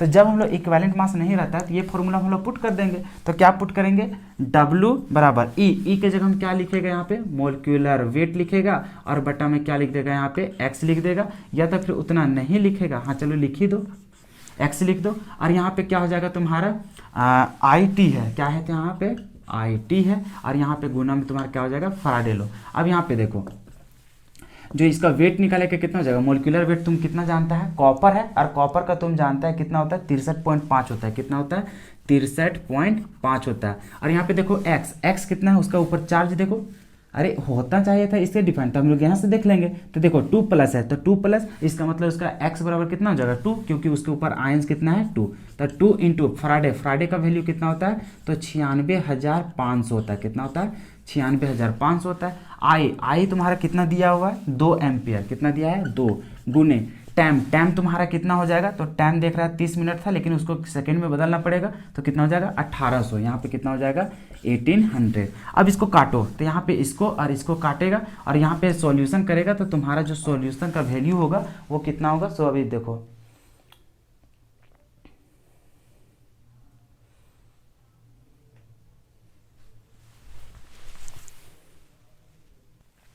तो इसको कैलकुलेशन करो लेना, और कैलकुलेशन करोगे तो तुम्हारा क्या हो जाएगा 1.184 आ जाएगा, कितना आ जाएगा, इसको कैलकुलेशन करेगा जैसे उधर से मल्टीप्लाई कर देगा तो कितना हो जाएगा 1143 हो जाएगा, और बटा में तुम्हारा कितना हो जाएगा, तो यहाँ से 965 आ जाएगा। ठीक है, यहाँ से देख रहे हैं 2 जीरो से 2 जीरो कट जाएगा। उसके बाद इतना भी सॉल्यूशन करेगा, तो करने के बाद जो तुम्हारा वैल्यू होता है तो वो क्या हो जाता है 1.184 इतना ग्राम हो जाएगा। तो ये हो जाएगा तुम्हारा क्या चीज़ आंसर। ठीक है, तो समझ में आया कैसे हुआ सो। तो इतना जो पार्ट बताएं ये वाला, तो ये आखिर कैसे होता है इसको जानने के लिए फिर तुम वेट करो कि इलेक्ट्रोकेमिस्ट्री जब हम पढ़ाना स्टार्ट करेंगे तो तुम्हें ज़्यादा अच्छा तरीका से समझ में आ जाएगा। तुम वहाँ पे जब मेंशन करोगे कहीं नोट्स में, जैसे हालांकि यहाँ पे नहीं लिखेगा चलेगा, लेकिन ये वाला जो मेंशन कर लेना कहीं की, जैसे वहाँ पे फर्स्ट लॉ वाला बताया ना, वही के नीचे तुम बता देना कि z बराबर कितना होता है E/F, जो कि E क्या होता है तुम्हारा इक्विवेलेंट मास होता है, और F तुम्हारा क्या होता है फ्राडेज होता है। ठीक है, फ्राडे का वैल्यू कितना होता है 96,500, जो कि क्या होता है 1 मोल के लिए डिफाइन होता है इलेक्ट्रॉन्स का। ठीक है, इतना समझ में आ गया। बाकी कैसे सॉल्यूशन करते हैं वो तुमको समझ में आ गया ना। अभी देखो, अभी पॉसिबल नहीं है ना कि 2-3 को एग्जाम्पल लेकर के तुमको बताया जाए। जब चैप्टर बताएंगे तो उस समय तुमको क्या होगा, बहुत सारे न्यूमेरिकल वहाँ पे कराएंगे, तो तुमको क्या होगा पूरा कंसेप्ट क्लियर हो पाएगा। ठीक है, तो अगर अभी भी थोड़ा सा कन्फ्यूजन है तो तुम कोशिश करो, मैं दोबारा नहीं बताने वाला हूँ, तुम कोशिश करो वीडियो को फिर 1-2 मिनट पीछे कर लो, फिर से बातों को सुनने की कोशिश करो, तुम्हें सारा कुछ समझ में आ जाएगा। ठीक है, चलो अब चलते हैं हम लोग नेक्स्ट क्वेश्चन में, क्वेश्चन नंबर 17। अब देखो तुम्हारा क्वेश्चन नंबर 17 में क्या बोल रहा है, draw the structures of the following compounds. यहाँ पे 5 को कंपाउंड दिया गया है, इसका क्या करना है स्ट्रक्चर्स बनाना है। चलो अब यहाँ पे सबसे पहले देखो H3PO4, और तुम्हें सबसे पहले तो ये नॉलेज होना चाहिए कि तुम्हें एक फास्फोरस और एक सल्फर के बारे में कुछ हम यहाँ पे बताए थे स्पेशल कैरेक्टर, क्या बताए हुए हैं, तो तुम लोग जानते हैं कि फास्फोरस और सल्फर कहीं भी दिखा और इसके साथ गलती से कहीं ऑक्सीजन दिखा, क्या दिखा ऑक्सीजन, तो इन लोग क्या करता है फास्फोरस और सल्फर कहीं भी तुम्हारा कंपाउंड में ऑक्सीजन दिखा तो वो अपने स्ट्रक्चर्स में क्या करते हैं, कुछ भी हो चाहे उन लोग क्या करता है एक ऑक्सीजन को खुद के साथ डबल बॉन्ड बना लेता ही लेता है। बाद में फिर अगर दूसरा तीसरा रहेगा, मान के चलो यहाँ पे ऑक्सीजन 2 गो है, क्या चीज़ है 2 गो, तो तुम्हें ये डिसाइड नहीं करना होगा कि वहाँ पे क्या होगा कि नहीं होगा उसका बॉन्डिंग।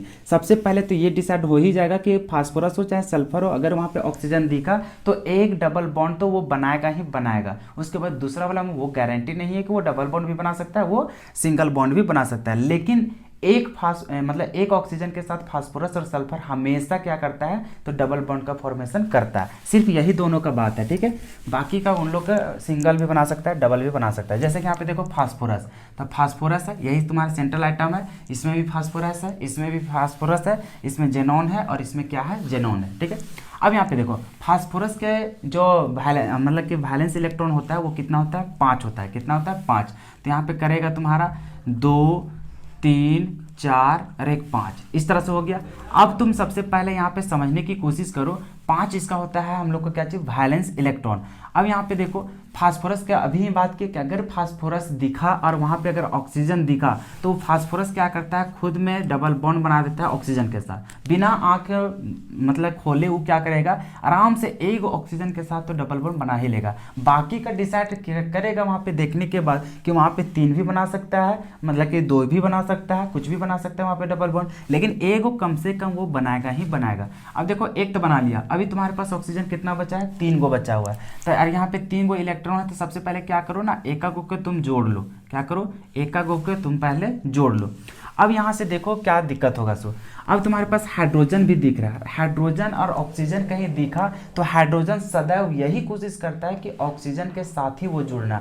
अगर ऑक्सीजन खत्म हो जाता है तब हाइड्रोजन जाकर के सेंट्रल एटम से जुड़ता है, लेकिन जब तक हाइड्रोजन मतलब ऑक्सीजन दिखेगा तब तक हाइड्रोजन क्या करेगा, ऑक्सीजन के साथ ही जुड़ेगा। तो अभी देख रहा है हाइड्रोजन है तो यहाँ पर हाइड्रोजन जुड़ जाएगा, इसके साथ भी हाइड्रोजन जुड़ जाएगा और इसके साथ भी हाइड्रोजन जुड़ जाएगा।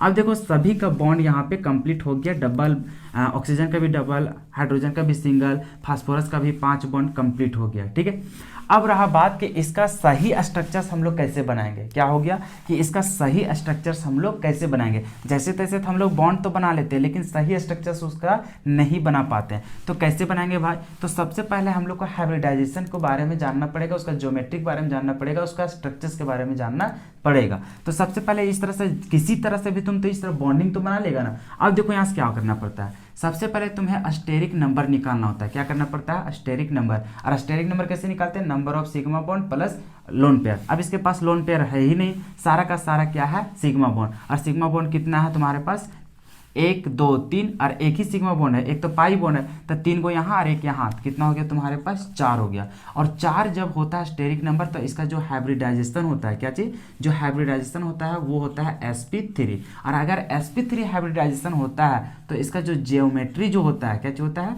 जियोमेट्री, वो क्या होता है, तो तुम बोलता है इसका होता है टेट्राहेड्रल। क्या होता है हम लोग को, टेट्राहेड्रल होता है।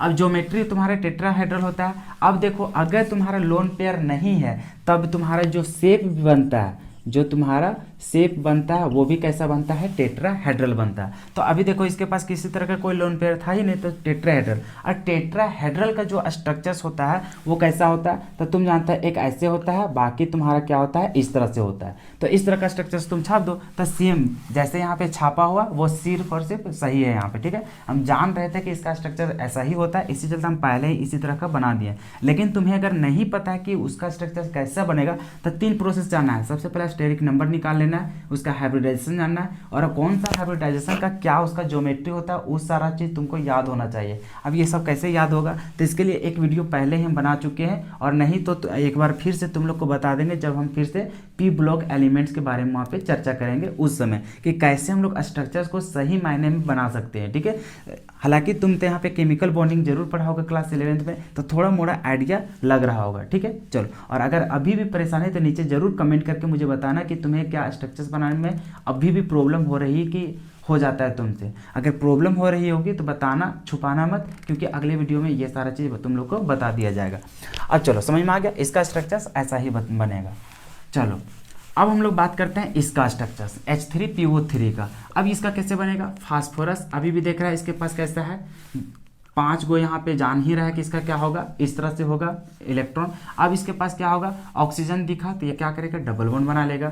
अभी तुम्हारे पास कितना ऑक्सीजन बना है, 2 गो ऑक्सीजन बचा हुआ है तो दोनों को जोड़ दो। अभी हाइड्रोजन कितना जुड़ा, मतलब 3 गो हाइड्रोजन है तो एक इसके साथ जुड़ जाएगा, एक इसके साथ। अब हाइड्रोजन एक और एक्स्ट्रा बच गया। अब ऐसा नहीं कि इसके साथ जोड़ने जाना, क्योंकि फास्फोरस ऑक्सीजन के साथ डबल बॉन्ड बनाएगा ही बनाएगा, एक गो कम से कम, तब तो यहाँ से हाइड्रोजन जोड़ नहीं सकता है। और 2 का ऑक्सीजन था तो उसके साथ भी खत्म हो गया, फिर भी तुम्हारे पास एक हाइड्रोजन बच गया।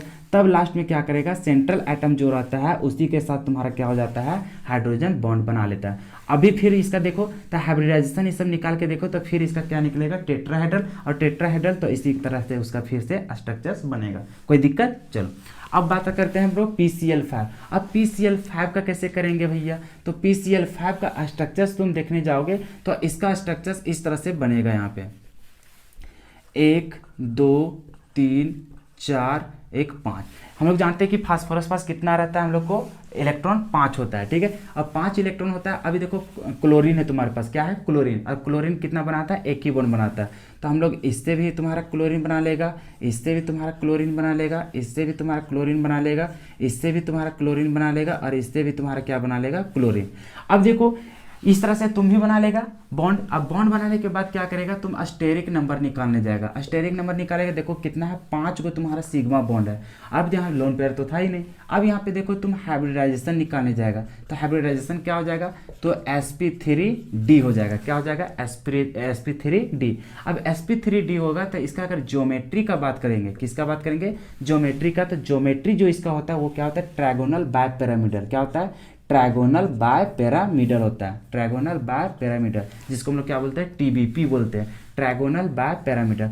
जैसे कि यहाँ पे बनता है ना इस तरह से ट्रायगोनल, और यहाँ पे क्या बन रहा है, ऊपर नीचे मिल करके बाय पैरामिडल बन रहा है। ठीक है, यहाँ तक किसी को कोई दिक्कत नहीं होना चाहिए। तो ये जो ज्योमेट्री ये सब जो याद होता है उसका याद रखना पड़ेगा। ज्योमेट्री जब ट्रायगोनल बाय पैरामिडल होता है या फिर हाइब्रिडाइजेशन sp3d होता है तो उसका स्ट्रक्चर इसी तरह से बनता है, एक ऊपर एक नीचे, एक इधर और एक इधर और एक दो इधर। ठीक है, तो इस तरह से मुझे याद है, इसी चलते मैं डायरेक्टली यहाँ पे बना दे रहा हूँ। तुम लोग को भी हो जाएगा, जब तुम लोग प्रैक्टिस करेगा तो तुम लोग को भी ऑटोमेटिक हो जाएगा। चलो अब बात करते हैं इसका जेनॉन O3 का। अब इसको कैसे करेगा, तो तुम जानता है कि जेनॉन के पास कितना हम लोग को इलेक्ट्रॉन होता है, तो तुम जानता है कि 8 होता है। कितना होता है, 8।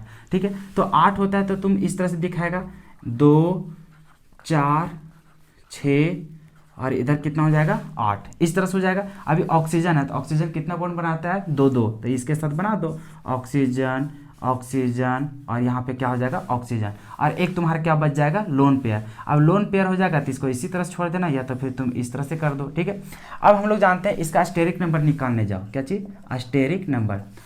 तो देखो 1 सिग्मा 2 सिग्मा 3 सिग्मा और एक लोन पेयर, कितना हो जाएगा, 4 हो जाएगा। कितना हो जाएगा, 4।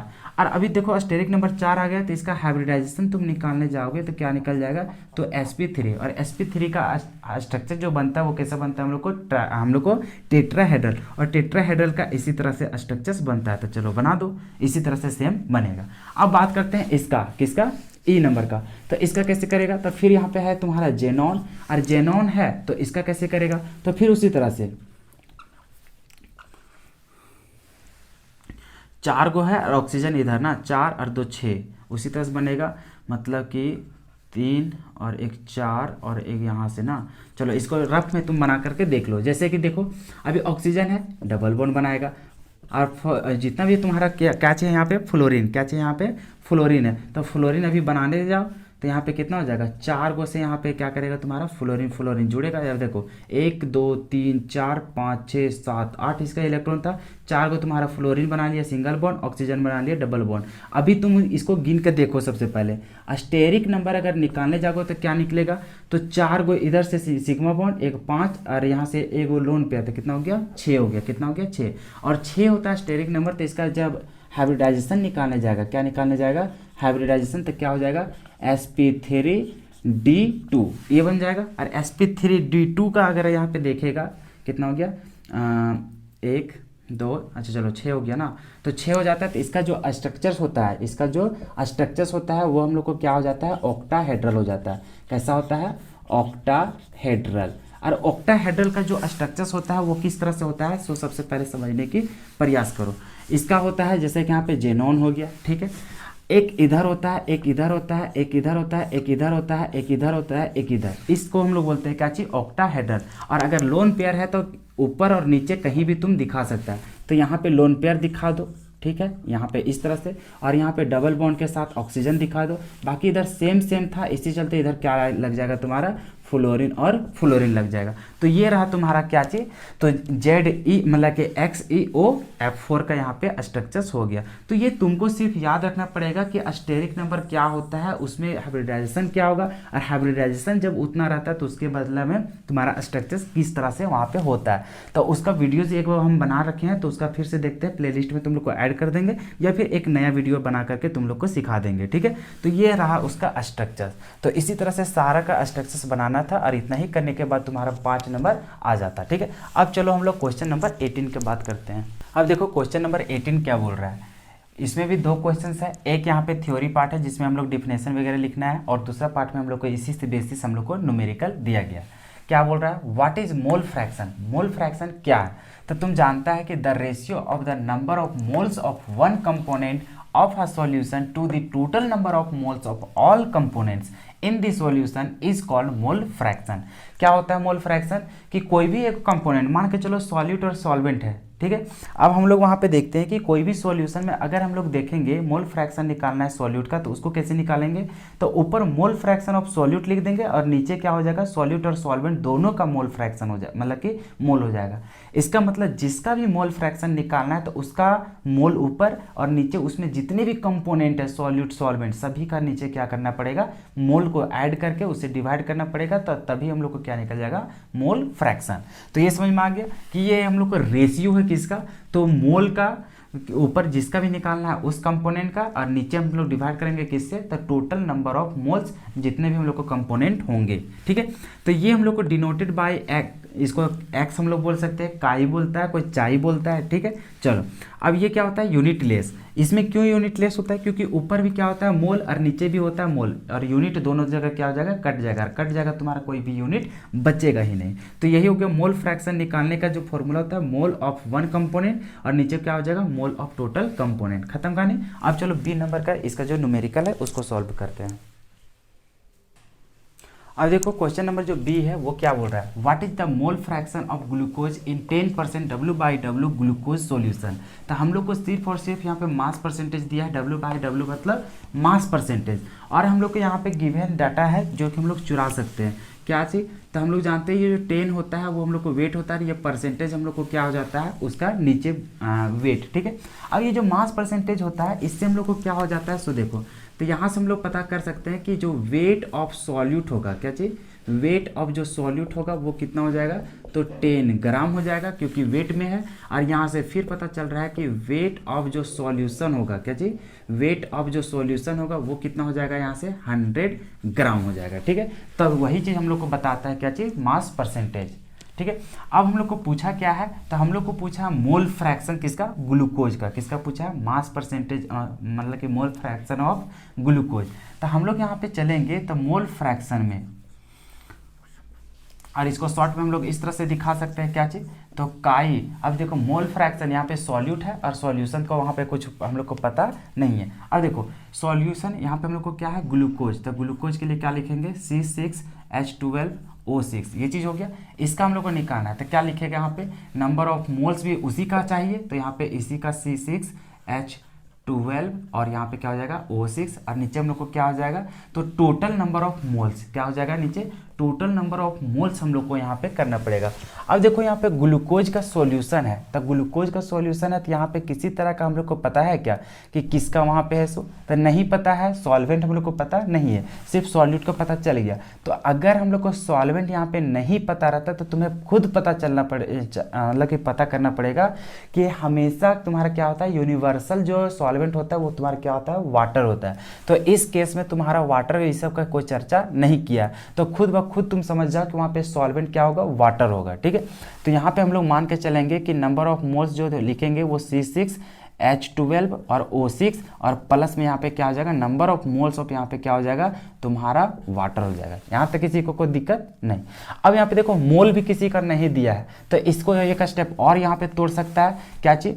अब यहाँ पे ऐसा कर दे, इसको हम लोग बी मान लेते हैं, क्योंकि सॉल्यूट को हम लोग बी मान लेते हैं ताकि हम लोग इतना बार बार ना लिखें और वहाँ पे डायरेक्टली हम लोग समझ जाए। और इसको क्या मान ले, ए।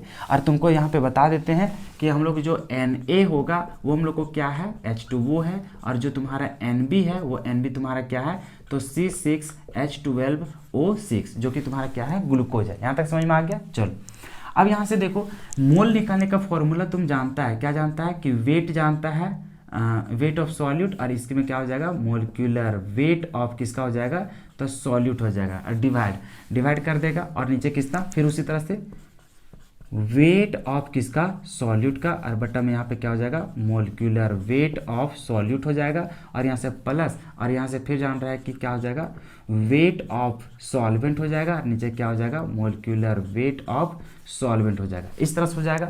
अभी देखो कि वेट तो तुम्हें पता है, किसका पता है, तो वेट ऑफ सॉल्यूट तुम्हें पता है। अब सॉल्यूट जो पता है तो यहाँ पे पुट कर दो, कितना है, 10 ग्राम। चलो लेकिन मोलिकुलर वेट नहीं पता है, लेकिन ग्लूकोज का तुम फॉर्मूला जानते हैं जी, C6H12O6, तो इसका मोलिकुलर मास निकाल सकता है। 12 छक कितना हो जाएगा, 72 प्लस इसमें 12 और इसमें कितना हो जाएगा, तो 16, 16 छक 96 हो जाएगा। जोड़ो, 6 2 8 और 2 10 और 9 1 10 और 7 17 और 1 कितना हो जाएगा 18, 180 हो जाएगा। तो यहाँ से पुट कर दो और नीचे भी तुम्हारा क्या हो जाएगा 10 और बट्टा में 180 और प्लस में वेट ऑफ सॉल्वेंट नहीं दिया है, लेकिन वेट ऑफ सॉल्यूशन तो दिया है और वेट ऑफ सॉल्यूट दिया है। तो यहाँ से क्या वेट ऑफ नहीं निकाल सकेगा, weight of solvent, weight of solvent तो निकाल ही सकता है कितना, तो 100 माइनस 10 तो टोटल कितना निकल जाएगा तुम्हारा 90 ग्राम। तो यहाँ पे पुट कर दो, कितना हो जाएगा 90। और वाटर है तो वाटर का कितना होता है 18 होता है मोलिकुलर मास। चलो अब इसका सॉल्यूशन करो। तो जैसे ही तुम सॉल्यूशन करेगा तो तुम्हारा क्या निकलेगा, तो 10 और इतना में चलेगा तो इस तरह से खत्म हो जाएगा। तो बचेगा क्या चीज़ 1/18 और बट्टा में यहाँ पर भी देखेगा तो 1/18 और प्लस में यहाँ पे कितना हो जाएगा, तो 18 से काटो,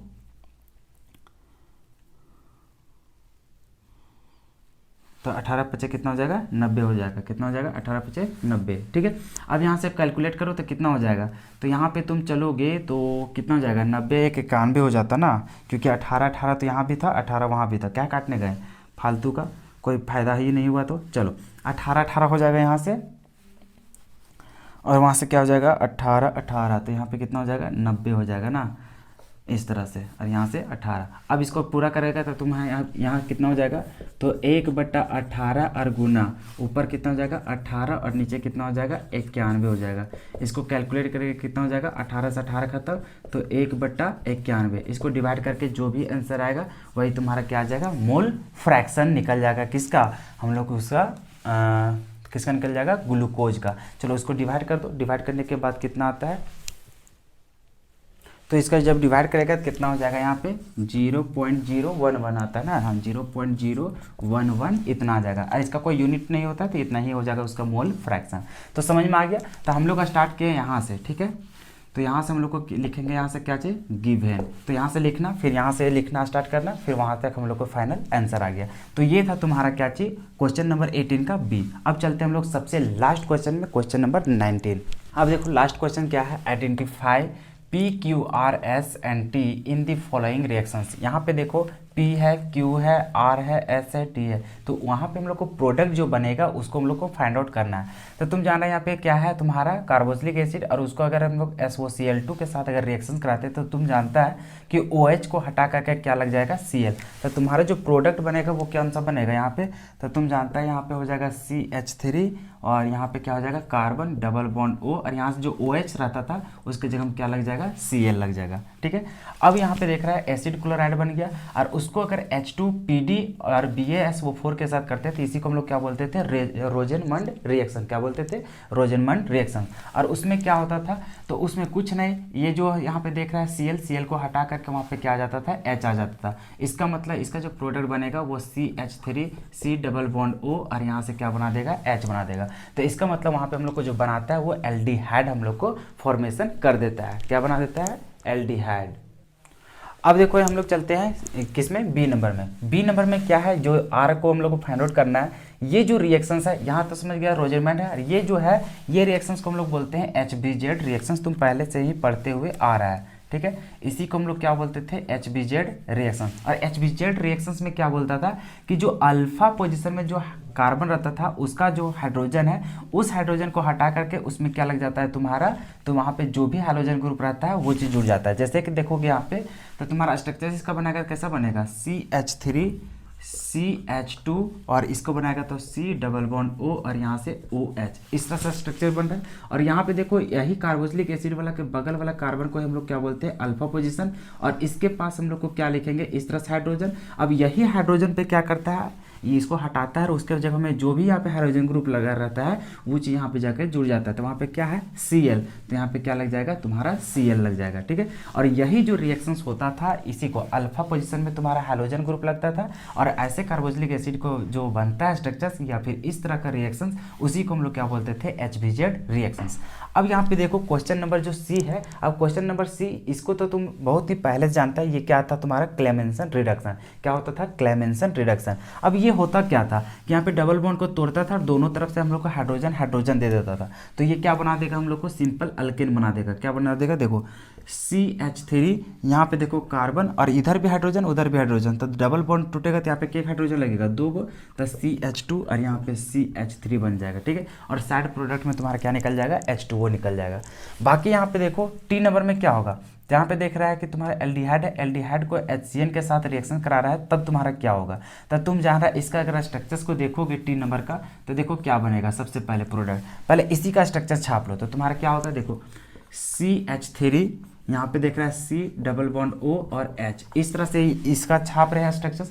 अब यहाँ पे क्या होगा, H प्लस और यहाँ पे CN माइनस, तो ये जाएगा यहाँ पे अटैक करने, मतलब कि यहाँ पे आएगा तुम्हारा अटैक करने कौन सी, CN माइनस, तो ये क्या आ जाएगा, इधर चल जाएगा, तो ये बॉन्ड टूट जाएगा और इसके ऊपर क्या आ जाएगा तुम्हारा नेगेटिव। और यहाँ से देखो H प्लस भी है, तो H प्लस इसके साथ ज्वाइंट होके और तुम्हारा क्या बना देगा, यहाँ पे OH बना देगा। ठीक है, तो इस तरह से तुम्हारा जो फाइनल स्ट्रक्चर्स बनेगा वो तुम्हारा ये चीज़ बनेगा।